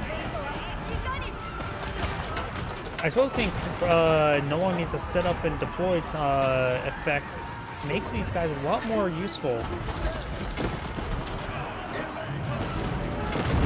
Push way forward, take some damage to the Lords of my hand cannoneers. With the Nelka Citadels far of them, they will do some great work there. Some of their Vulcans are going down, taken by the various siege weapons. The Peak's force does get annihilated. The mass hand cannoneers can be very hard to displace once your opponent has a close go in.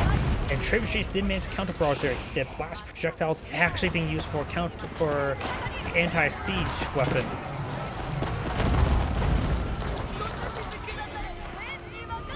Horsemen push way forward. They are a bit more beefier in health or front line than spearmen, though man-at-arms can do just as well, especially English man-at-arms.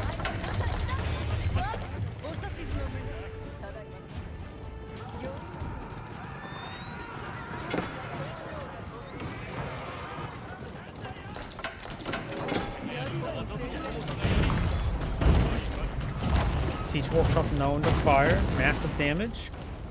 Now on fire. He wants to make sure those siege weapons do not get deployed. He has 9 supply charges here. He can go for 3 of his own Vulcans, which may actually be a good idea. Needs something. Great hit there on the hand cannoneers. Mangonels push way forward.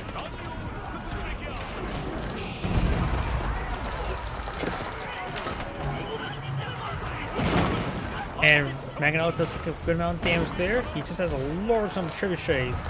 He needs a way to displace those trebuchets so his other siege weapons can push forward.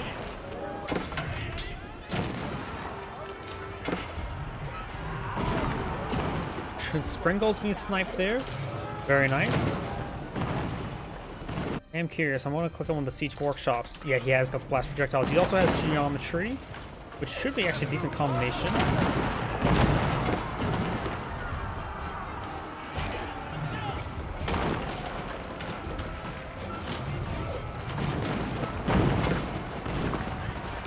Pink's forces being partially pushed on forward there was not great. Pink also has over a 3,000 stone. That's a little bit too much stone.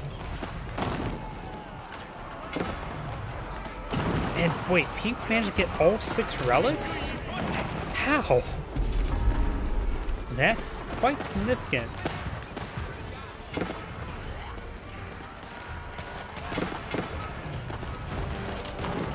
Range by 0 villagers on gold, but does have a decent amount of gold income. Pink, however, of all those relics and some villagers on gold, he's maintaining great gold income.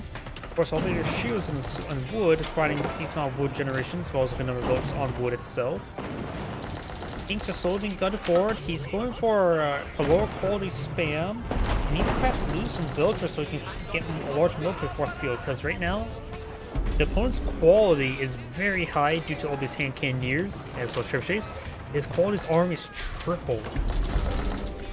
Monobushikas are nice and all, they're very effective in numbers, but the problem is, he is fighting against a quality issue, not a quantity issue. Well, he also has less quantity as well as quality. Now the floating gate's under siege. The capital could be next. That's nearly 17,000 HP.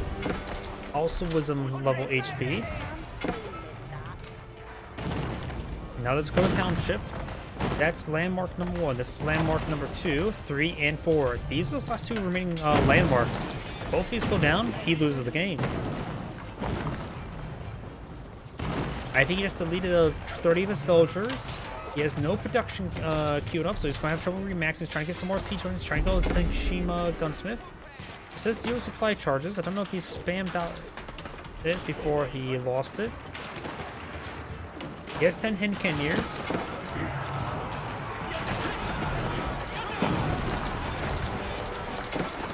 He has 1 Mangonel here. Sispringos need to take out those trebuchets. He's lost now the Kodo Township. Now the capital's under fire. Magenta is pulled back trebuchets for a moment. And counter siege. He's having trouble redeploying. He's interrupting to redeploy. Bit of mistake. Bit of bad micro there. Mangonel took a massive hit there. And it looks like all of Magenta's trebuchets shall go down. He's trying to repair the Tanishima Gunsmith. It's not generating supplies when it's destroyed.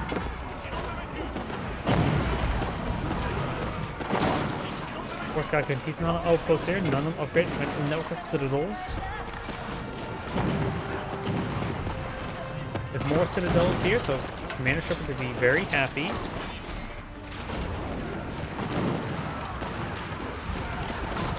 More horsemen, more hand cannoneers forward. And not forward.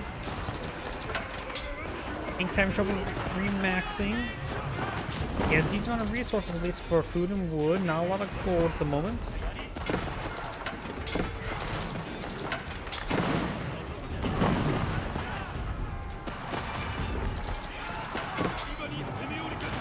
Pushing over the flank now. Does got some siege weapons. Magenta's trebuchet numbers have not been fully built. Shogun Castle does still have full health, 17,000 health.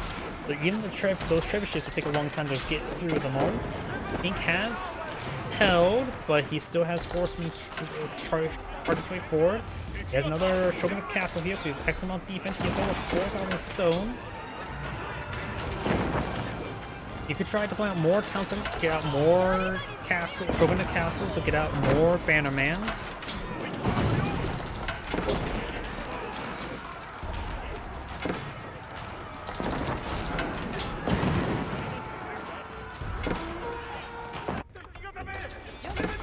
And now got some English archers engaging, or English villagers engaging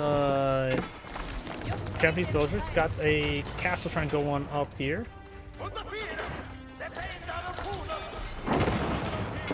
Still got good hand cannoneers here.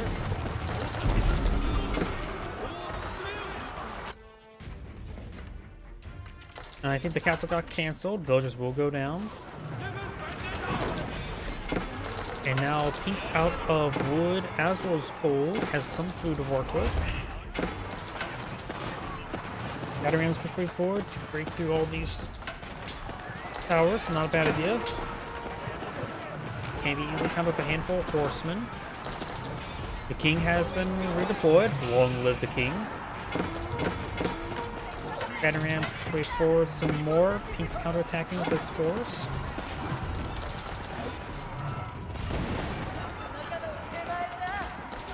Shogunate Castle, the capital, has taken some damage, nothing too significant at the moment. Trebuchet does go down there. The king is dead. The king's been redeployed. Long live the king.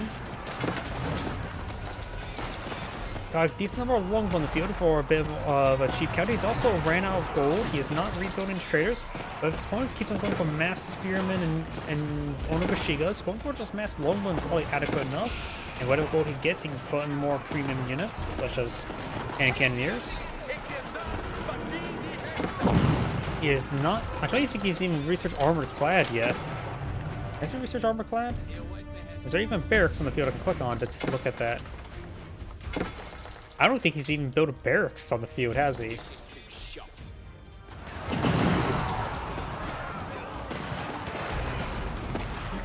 Horsemen push way forward. Mangonels get a good volley there in the longbowmen. We'll see he's focused on the Mangonel with all the longbowmen. Hand cannoneers took some massive fire there. Some hand cannoneers have managed to connect with some of these siege weapons. There goes those Mangonels. More horsemen charging way forward. There's not the arrow volley research that can help them out. More samurai and onobushigas on the build field, as well as mostly spearmen. Horseman and king push way forward. And now yellow's going to try to claim this little bit of gold there.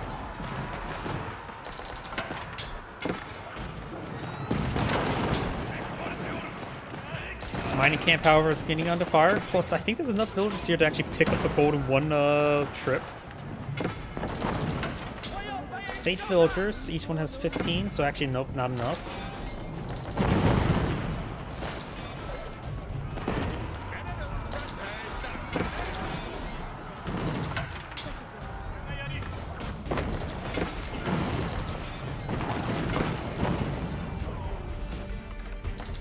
Last of this wood is being seized. There's actually still some small wood deposits for the English player to claim, but there's actually not a whole lot of wood remaining. Almost all the wood's claimed. Japan has still this large wood deposit here. Oh, Sacred Side victory for Magenta. 3 minutes remaining. That's not a lot. Of course, Japan has all of your shields in these lumber camps, so he has plenty of wood income. He still has over 4,000 stone. He could probably sell off 1,000 of that stone for gold. Or maybe deploy some additional castles or manors.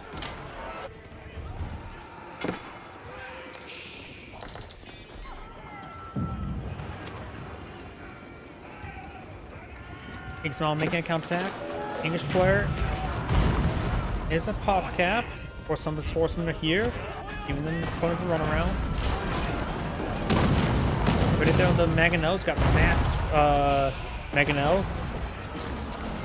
I was all over there. No, got a cannon placement on this outpost. Who has targets on there. Great volley there by the trebuchets, getting massive splash damage. I think he took like 3 siege weapons down right there. Both those Mangonels do go down.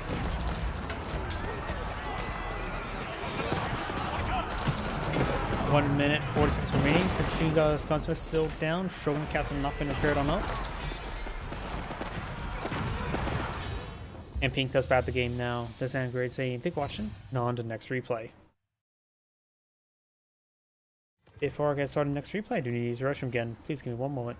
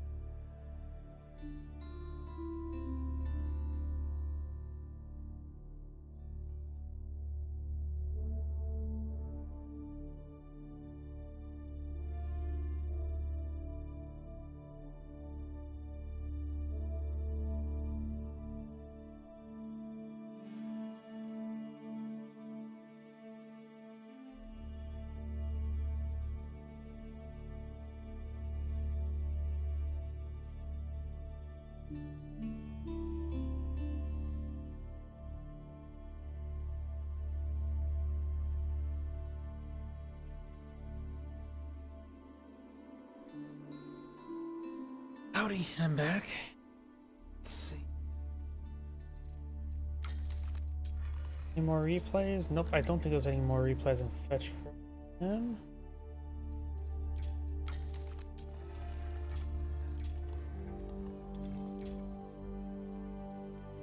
Let's see here. Focus on the 1v1s. We can do this one.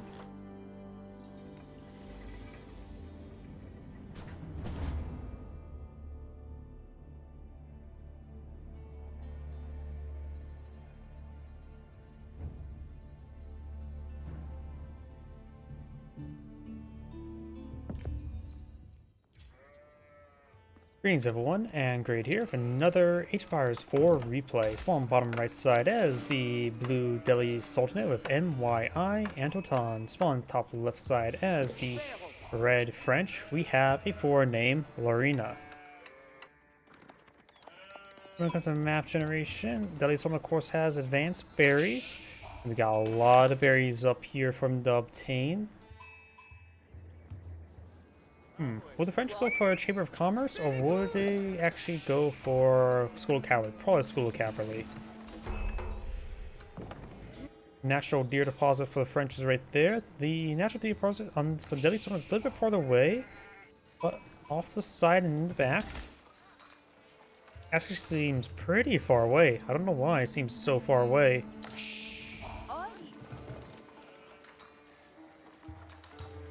Production being researched. We got the sheeple being led to glory.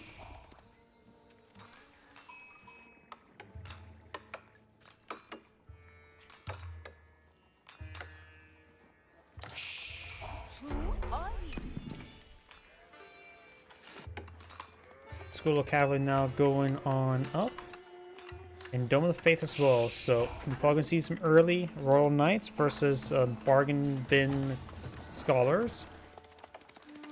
Sheeple have been obtained. There's also some berries over here, a little bit more on the French side. Survival techniques researched by the French.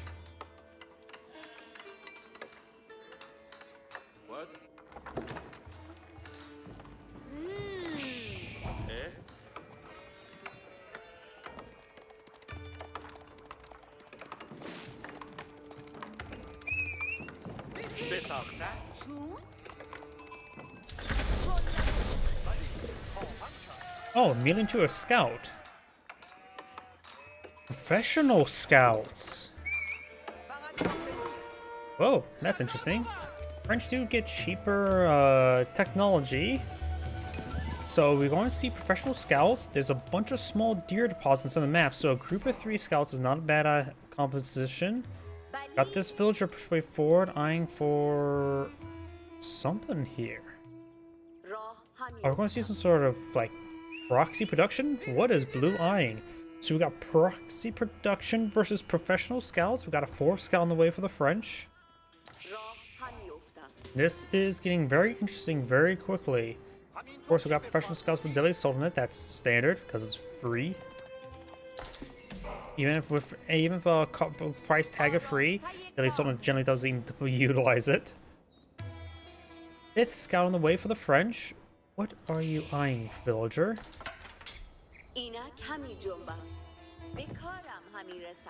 That's a house. That's not what you want to build in a proxy production.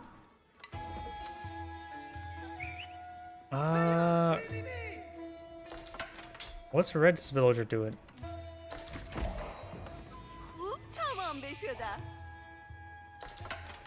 What? I guess Red's villager is being tested in the corner to build out some early traders. Red's villager will spot the house. Yep, she's moving over here. Curious.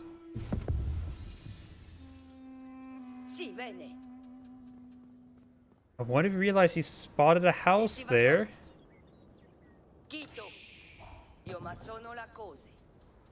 Building a lumber camp? I have no idea what's going on. There's professional scouts there. Why is there... I guess he... I don't know what's going on. Why is there a proxy house? And he didn't really utilize, capitalize on it. We got professional scouts. We got 6 scouts on the field that will rapidly obtain all of the deer on the field. He's starting to steal his opponent's deer deposit here as well. Blue is starting to wall himself in because it's assumed there's going to be Royal Knights raiding around, which is now soon to be happening.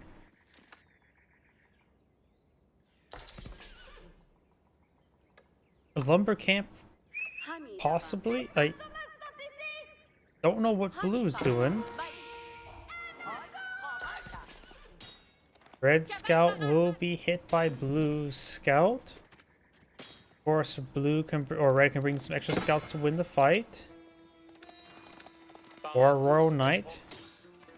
He does drop the deer carcass there. Red does have, or Blue does have professional scout. He can pick up that deer himself.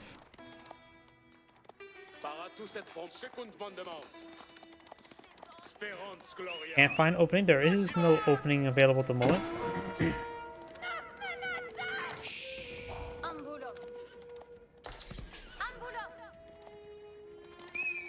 Red Scout's now pursuing Blue Scout.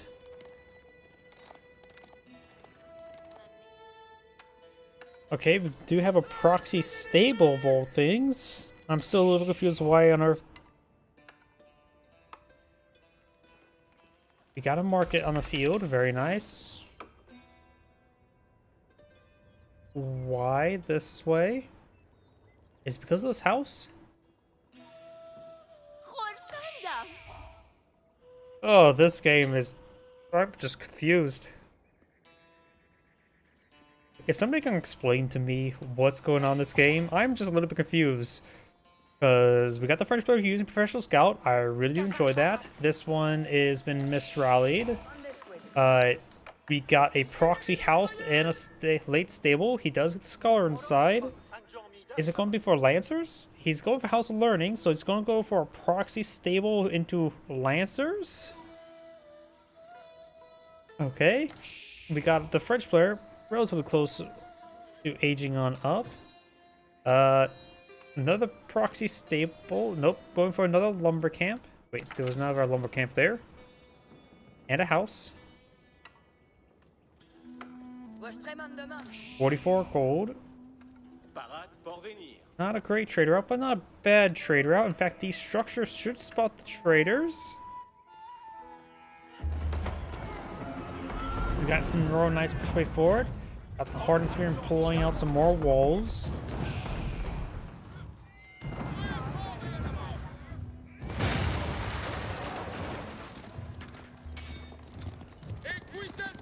Oh wait, he also destroyed the walls that we destroyed some nearby walls. That triangle wall formation was not good.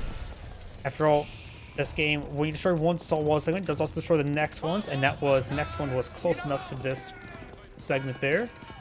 So that was a bad reinforcing wall segment. If he would have left that unattached, maybe tried to do some sort of parallel wall, it may have been worked better. I don't know if the effect is an AoE effect or a adjacency, some sort of weird adjacency effect. I don't know. Royal Institute is on the way. Got the Imam or the Scholar here to pick up that relic. Red will spot the Scholar. Trade post being encapsulated. He has a vision of this. I think Red may have saw that house there. It'd be not a good idea to displace.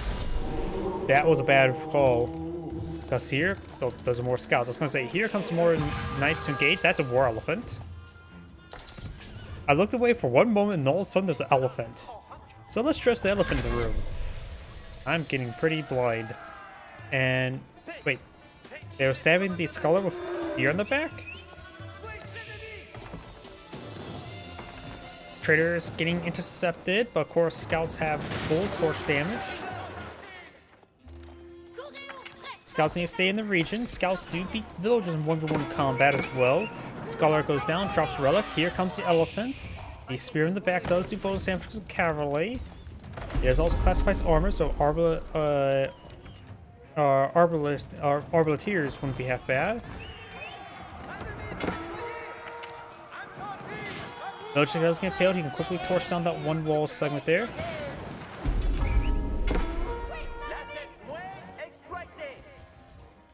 We got not proxy lancers, but proxy war elephants.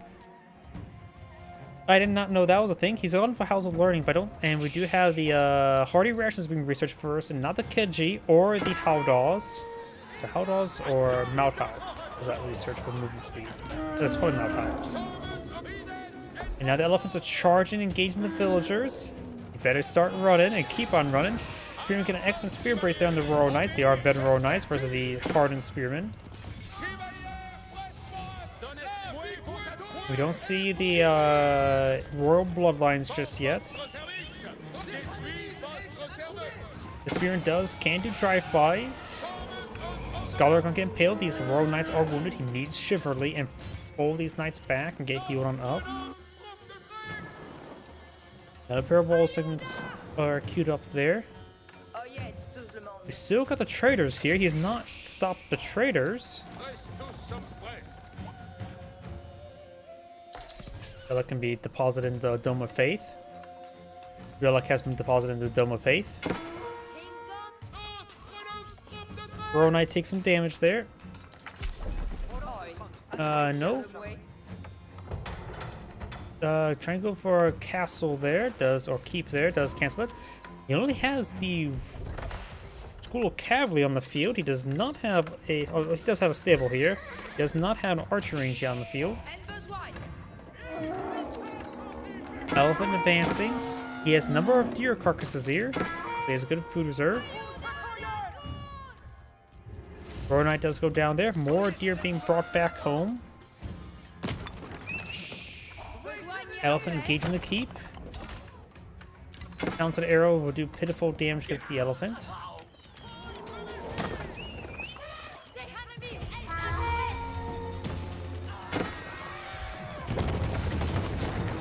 Keep does cancel. Got 600 stone in the bank at the moment.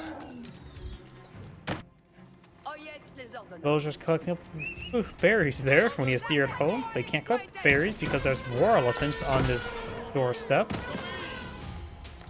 He guesses villagers here. The villagers can't stand a fight. They're getting shanked by scouts. That'd just be annoying. I don't know. And steals the deer. Here comes the Royal Knights. They have Chivalry active. Very nice. They may just want to focus on the Royal Knight. One Royal Knight does go down. Nobody's just going straight for the villagers. Elephant still moving around. Where's this archery range? Where's the barracks? He needs spearmen. He needs crossbowmen. Howdaw research now on the way from the House of Learning. These scouts have been mistasked.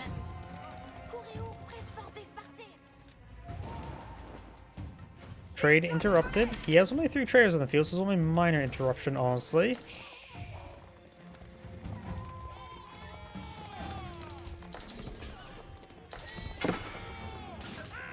Royal Knights get a good charge there. Now, and onto the War Elephant. Villagers getting hit by an elephant. Elephants do 50 damage per strike. He does not have textiles, so the elephants are one-shotted the villagers. Didn't realize that elephants can one-shot villagers, but then again, they're not exactly a raiding tool used to raid villagers, but apparently in this game, it can.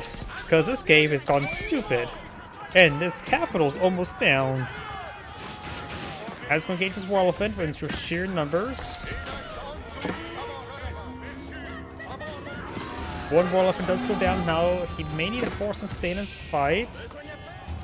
I don't know how many Royal Elephants it takes to crack Royal Knights take to crack a War Elephant, but apparently it is more than this amount. So some of them are getting quite wounded, but Chivalry can get them healed on up.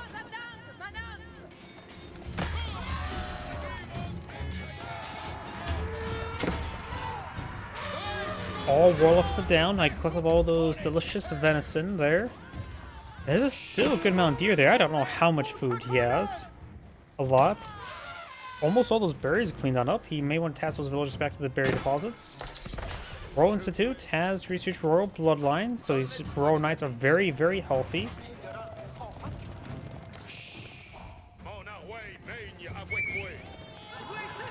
Still got some scouts here with some venison on their back. Large of those royal knights are quite wounded. He will pick off a couple of the wounded ones there. Villagers getting bored by the war elephant. He's down to 42 villagers with his 51. These scouts need to get back home. We got the Keji of research, or Hone Blades.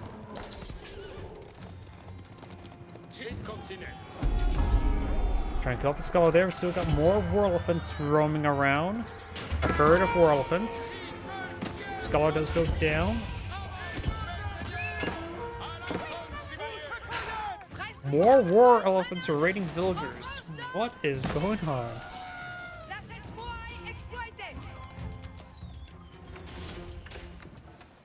Why has he not deployed a crossbowman? Why has he not deployed a spearman? Okay, trader's been finally opened up the trade route and then immediately gets closed back on up. What is this game?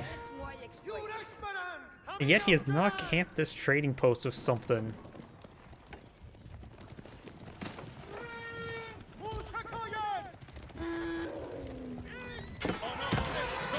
Another one of those elephants, or two other royal knights do go down there. 3 royal knights go down there. Each war elephant is 750. Taking out 3 of the royal knights is 720. So that war elephant, and plus a bit of splash damage in there. So these war elephants being cost effective, it seems like. We got higher to short value for blue than for red, so.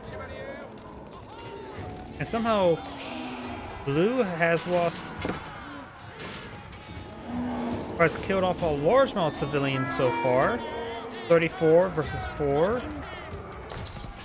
And the French players pretty much only in the game due to the faster villager production. A couple more of those royal knights do go down there.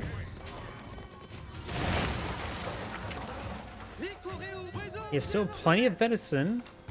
Actually, no, he's actually running out of food here. He's already ate all the venison. He needs to test those handful of scouts back because he needs that venison back at home. War elephants need to make sure they stay nice and tightly clumped so they don't get a full surround. And then the spearmen on their back can do some good works there. And take out that war elephant there. A number of these royal knights are very wounded. Got Imperial Aid for the Delhi Sultanate player.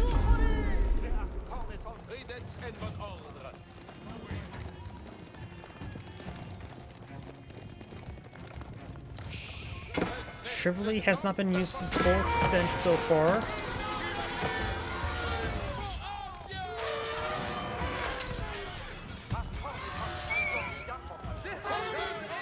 He's quickly picking off some of those war elephants. Oh, what landmark did he age up with? Okay, he's getting gunpowder elephants, not bad. He's also goring traders with war elephants, apparently. Because this game's gone stupid a long time ago.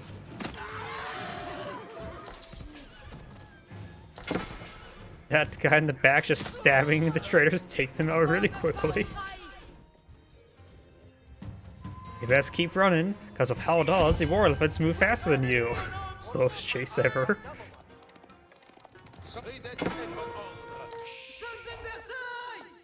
Blue scout stabbing red scout there.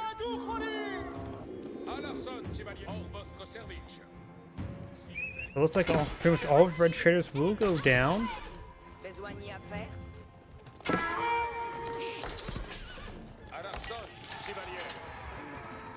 41 civilians killed by only using war elephants. How? And why is red not going for spearmen or crossbowmen?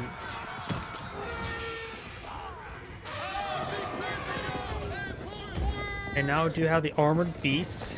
Give them +4 range armor and +25% health. Sommes en cesse le temps d'advancière, mes seigneurs. Je vais.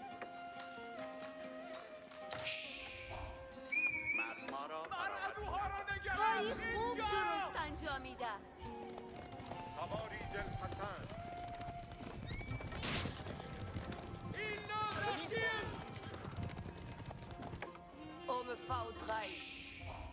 One trader remains for red. Oh, nope, he's going for more traders. Reste un commencier.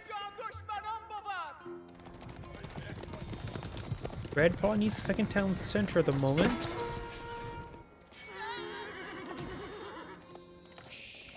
A whole sheep he can claim. Got some scouts still on the field. Royal Knights making forward with another counterattack. Got more war elephants advancing. منتظر حکم. اندر ذهن اعلان جنگی. The armored beast research is still on the way. مراقب دشمنان. Does he have textiles? No, he does not. So the villagers can still get one-shotted by those things. And now we've got some gunpowder elephants.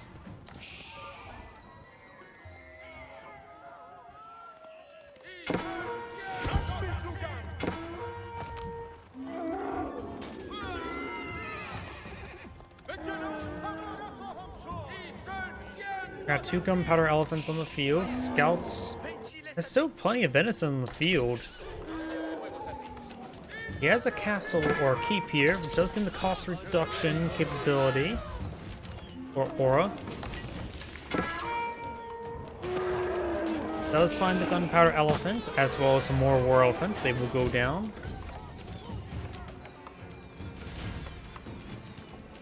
Je suis Sommes en ordre.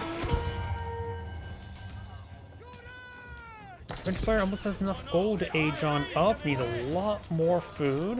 Deletes whatever that was. Mining camp. Got a stable there because he needs more stability on this field.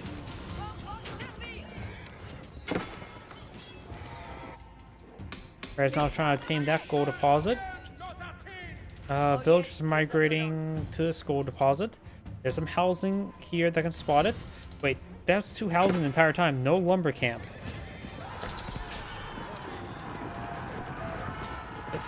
This game. I just don't understand this game. He does find a single war elephant. He is defending himself with some nice pokes, but of course should get them you guys healed on up. Though it looks like the animation does not work in full reverse there, so he actually took a lot of damage there and had no animation to it. More nice straightforward. Gunpowder elephant's gonna be very nice here to support. And he just had his war elephants target one group because it's easier to engage one group than 2 groups separately. Got drive-by there, both by spearman and by gun. War Knights trying to engage this lone war elephant there. Good amount of chivalry healing there. And there's just so many war elephants here. We've got now biology being researched as well as the Inspire research scholar.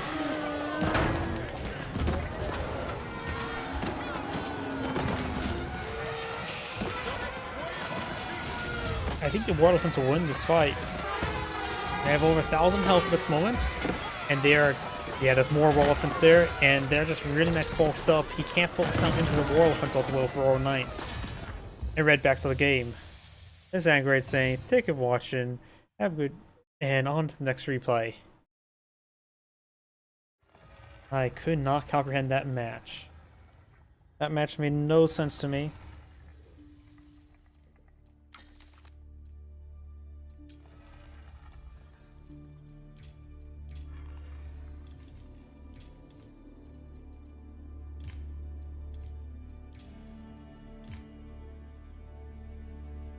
Go for this one. It's a little bit on the shorter side.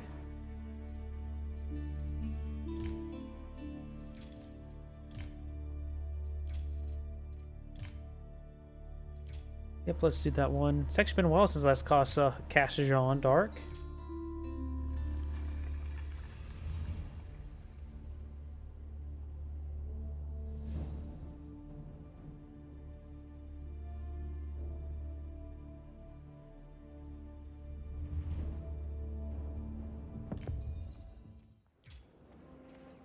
Greetings everyone, and Grade here for another Age of Empires 4 replay. Spawn on top left side as the blue Chinese have MYI Antotan. Spawn bottom right side as the red Jeanne d'Arc, we have a foreign name. Vado. Jeanne d'Arc, of course, built up a house and a mill. Collecting up wood here. We're going to see some sort of spearman rush? What are we seeing here? Oh no, just a bit of wood there, just get the lumber camp out. Got it. Trying to quickly promote Jeanne d'Arc with the building. We switch over to Jeanne d'Arc. I'm curious how quickly... Oh, it's collecting up. It's going up.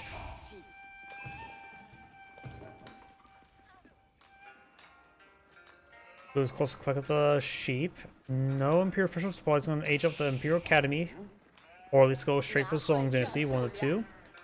When it comes to map generation, it does have deer and boar pretty close by each other. Another deer deposit's nice and safe back here with some other really a large amount of resources here. We've got two small gold deposits, the small and large stone deposit here. Overall, the Chinese player has a very congested resource location, which is very good.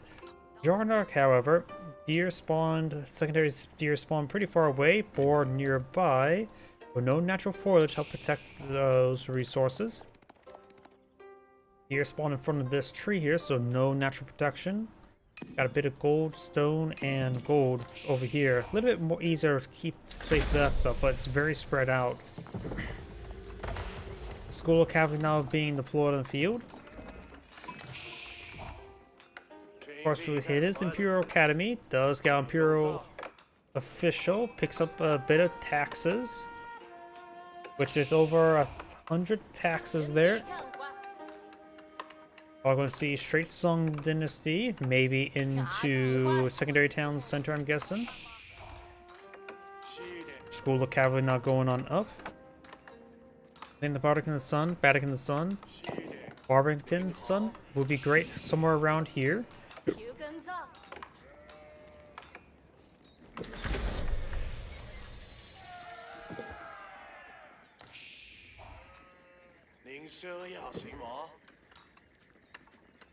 A bit of wood now. And he's building the Bardic in the Sun right there. Right there.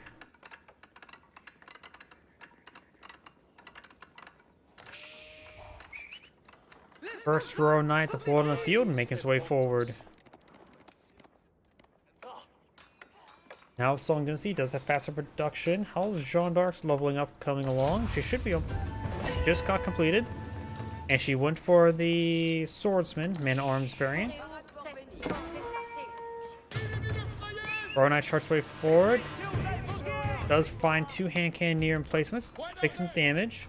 Luckily, Chinese hand cannoneers emplacements are very good at preventing the raid from the heavy cav.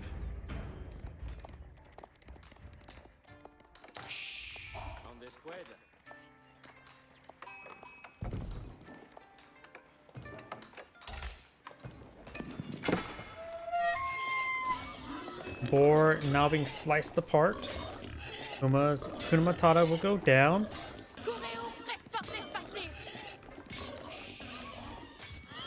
Pumbaa is now down. And now we got another game of professional scouts purposely being researched. Chinese players going for professional scouts. This is the second game in a row I've seen professional scouts research. I still believe professional scouts is beyond overpriced for what it does.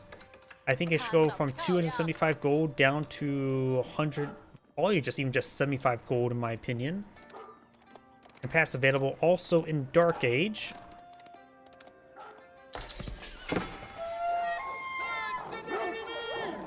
Local Doggo does go down.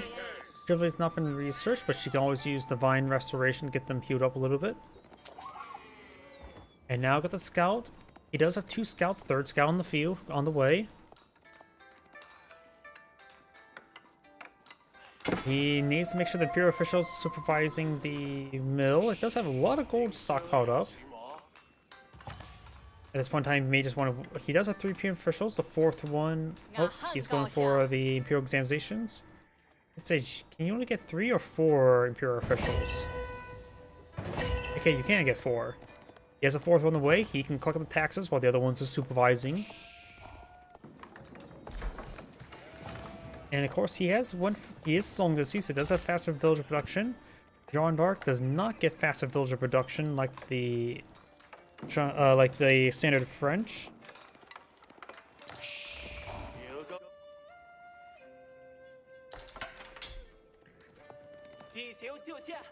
Going to the far deer deposit for the close deer deposit. Shrivelly now being researched.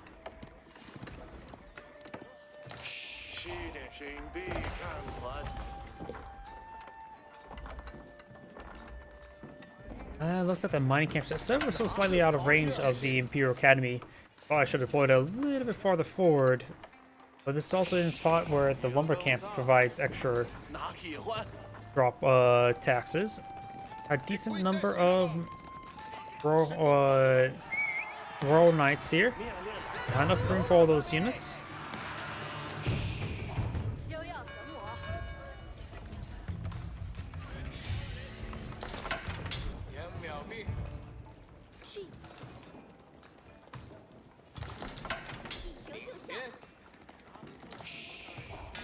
Looks like he's supervising the production of the barracks here.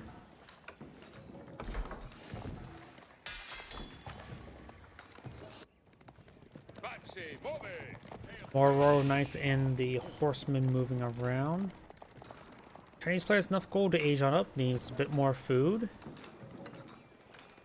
And that this scout's come home empty-handed. It's like 2 deer remains. He's going for a 5th scout now in the field. He may have opportunity to steal some of his opponent's deer. At least this deer deposit is actually easier to claim, the close one.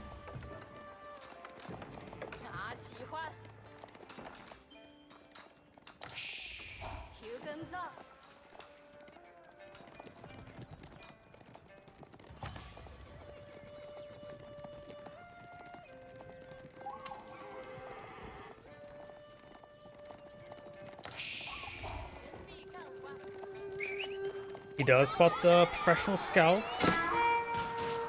Scouts need to keep on running.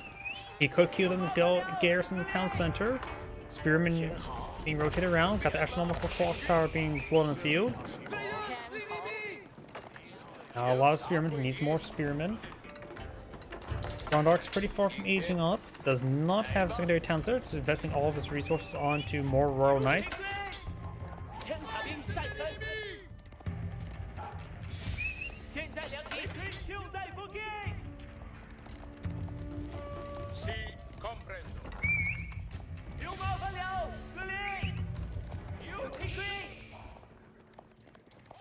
Gonna fall back there, drops the deer. Local doggo does go down.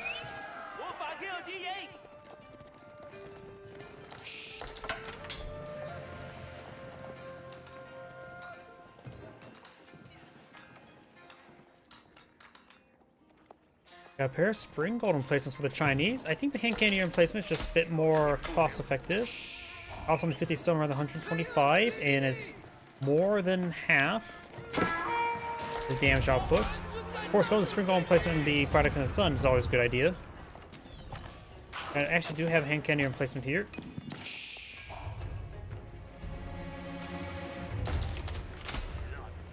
Chinese players ahead by 10 villagers thanks to the Song dynasty. Siege engineers being employed by Jeanne d'Arc. Jeanne d'Arc also may not even be halfway leveling up. I think she just used Consecrate. Consecrate was using utilized. Yep, she's only less than halfway there.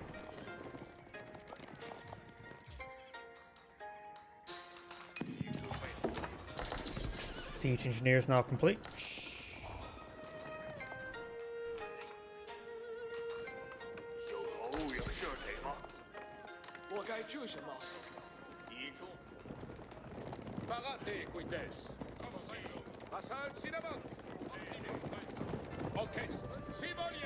To still drop deer carcass here and not drop deer carcass there.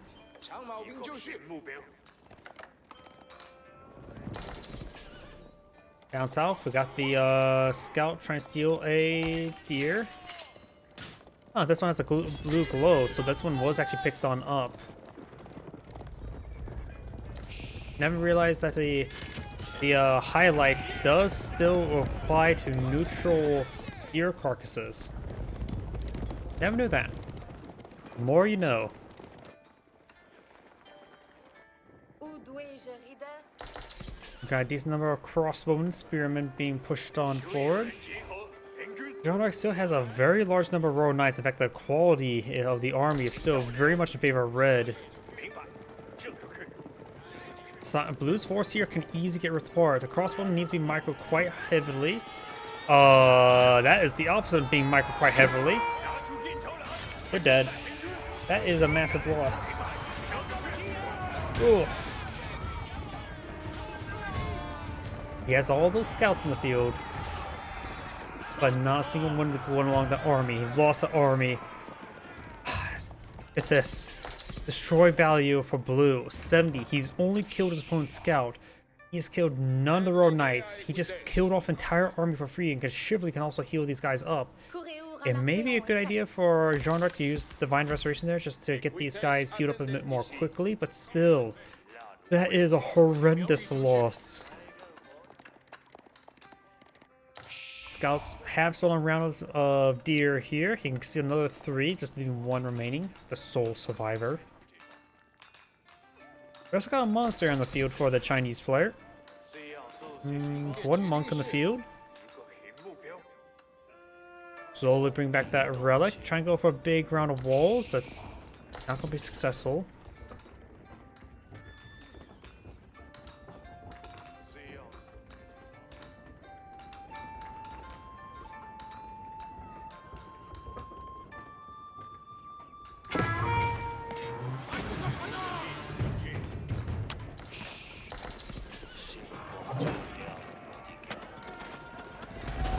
That's the beast. Let's get good damage there on the battering ram. Does do siege damage. I wonder if we actually can do more damage against battering rams than the spring gold. That may actually be the case.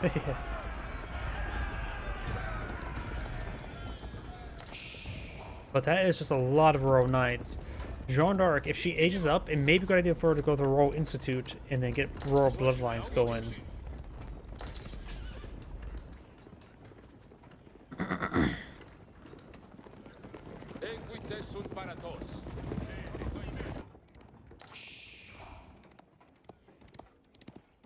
Oh, Blue's claim a boar of 1 villager. Has a spring gold. Nope. No spring gold placement. I thought that slit there was spring gold slit. But that's a spring gold slit. Royal Institute now going on up.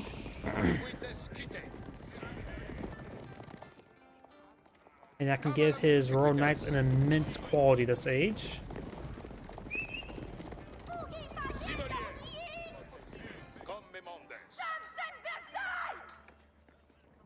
Looks like Jean d'Arc is engaging some scouts. Over here we do have a Blue Lancer and engaging these villagers. He could steal some of the deer carcasses. I'm assuming deer carcasses retain their food if they're picked up. If they somehow get a weird bug with the reset, that could be very abusable.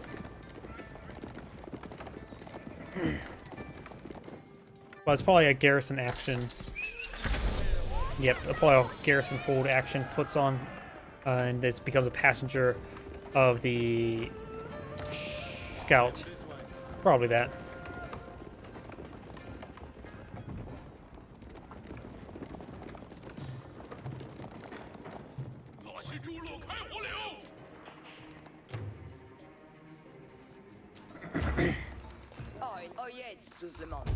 Lancer may find some good damage there on these villagers. They may stand and fight. They do have inherent free blacksmith melee damage. Wait, no, that's only French, not Jean d'Arc. Royal Bloodlines now on the way. You can also go for the very important long guns research.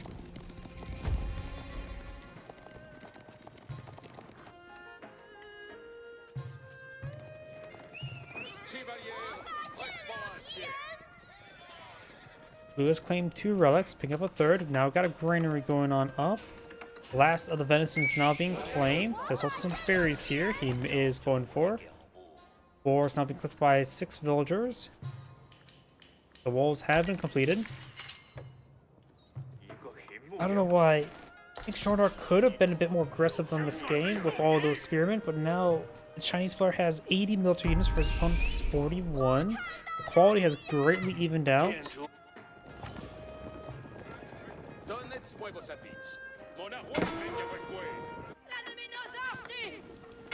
And a single Lancer with 2 health remaining has been doing some decent damage. Of course, with 2 health remaining, even Village can just go up and slit his throat. Give him a good shank. Hell, even a Scout could also win a fight right now against him. 2 stabs and he's down.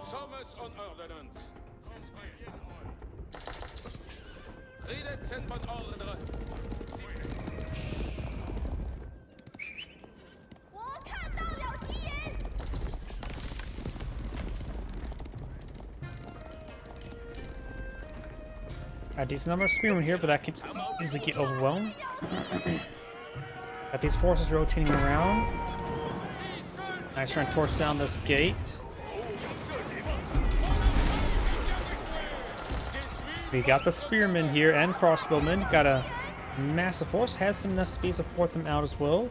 And he has a good army on the field. May want to be a bit more aggressive right now with it. But has to make sure that hole gets patched up because he does not have mobility. Jarnark has leveled up, gone for the champions. Which would be good against a spearman, but maybe in bed, I don't know. Yeah, pulling out, if she would have gone for raiders, she could have easily engaged the crossbow with bonus damage. And the champions does bonus damage with the spearman, so both were a possibility there. But she already has plenty of horses on the field, so going for champions probably would be a bit better. Red's taking some damage. Took a lot of losses there. We got the red player finally losing some units.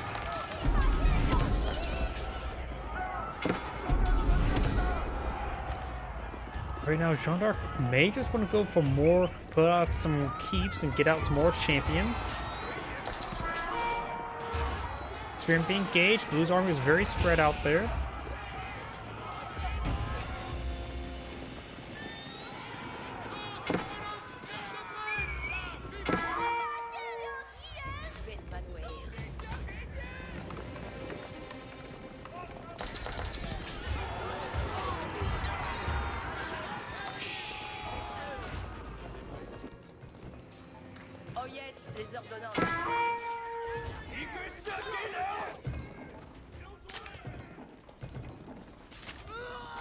Great gatehouse now being built. Right there. Help protect this flank. Crossbow will go down. Against all these knights, I don't know what he should go for. Probably just more spearmen, crossbowmen. We'll start eyeing to make towards some hand cannoneers. I definitely needs the armor tactics, definitely needs the incendiarios, doesn't need the elite upgrades. He has a pair of palace guard in the field, which may not be super useful. If he gets the Yuan Dynasty, that could be a bit more useful. But at this moment, perhaps not.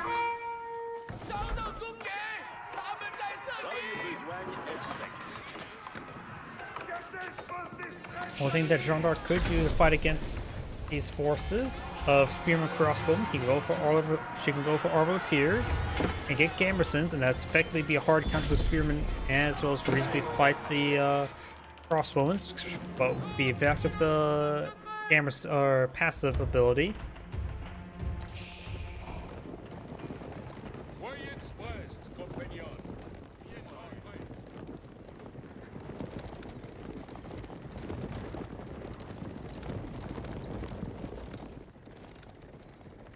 Elite crossbowman now on the way. Elite spearman's already complete. Elite armor tactics on the way. Definitely needs incendiary arrows.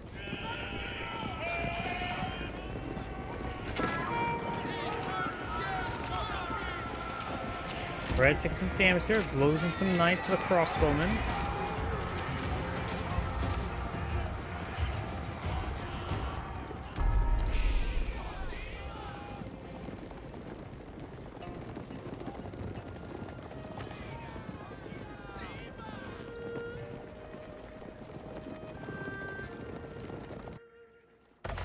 There's Royal Institute. The Spearman has found it.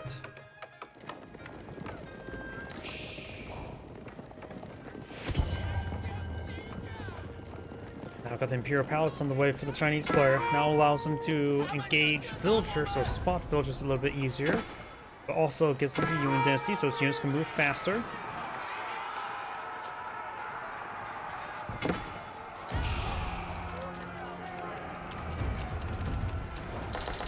Maybe Jean d'Arc needs some Mangonels to help deal with his force. Mangonels do reasonably well versus Spearmen, and very well versus Crossbowmen. Royal Knights charge away forward. Those just can't get to the town at the same time. Knights going force and stand and fight. Getting some damage there. Crossbowmen a little bit separated from his force. Got some consecrated buildings here. Got some SBs. SBs finds a decent volley cross on the veteran Royal Knights. Jean d'Arc needs to stay in this region. Nice Divine Restoration to Jean d'Arc, taking a massive volley there. Just needs to stay in this region just to get the experience. She may be able to garrison inside the town center and get experience that way, I'm not sure. And Red does back the game now. The Sand Grade saying, thank you for watching, and on to the next replay. My voice is starting to go out, so I'm probably going to have to call the stream a little bit early tonight. So everyone, thank you for watching, have a good evening, and get some good rest.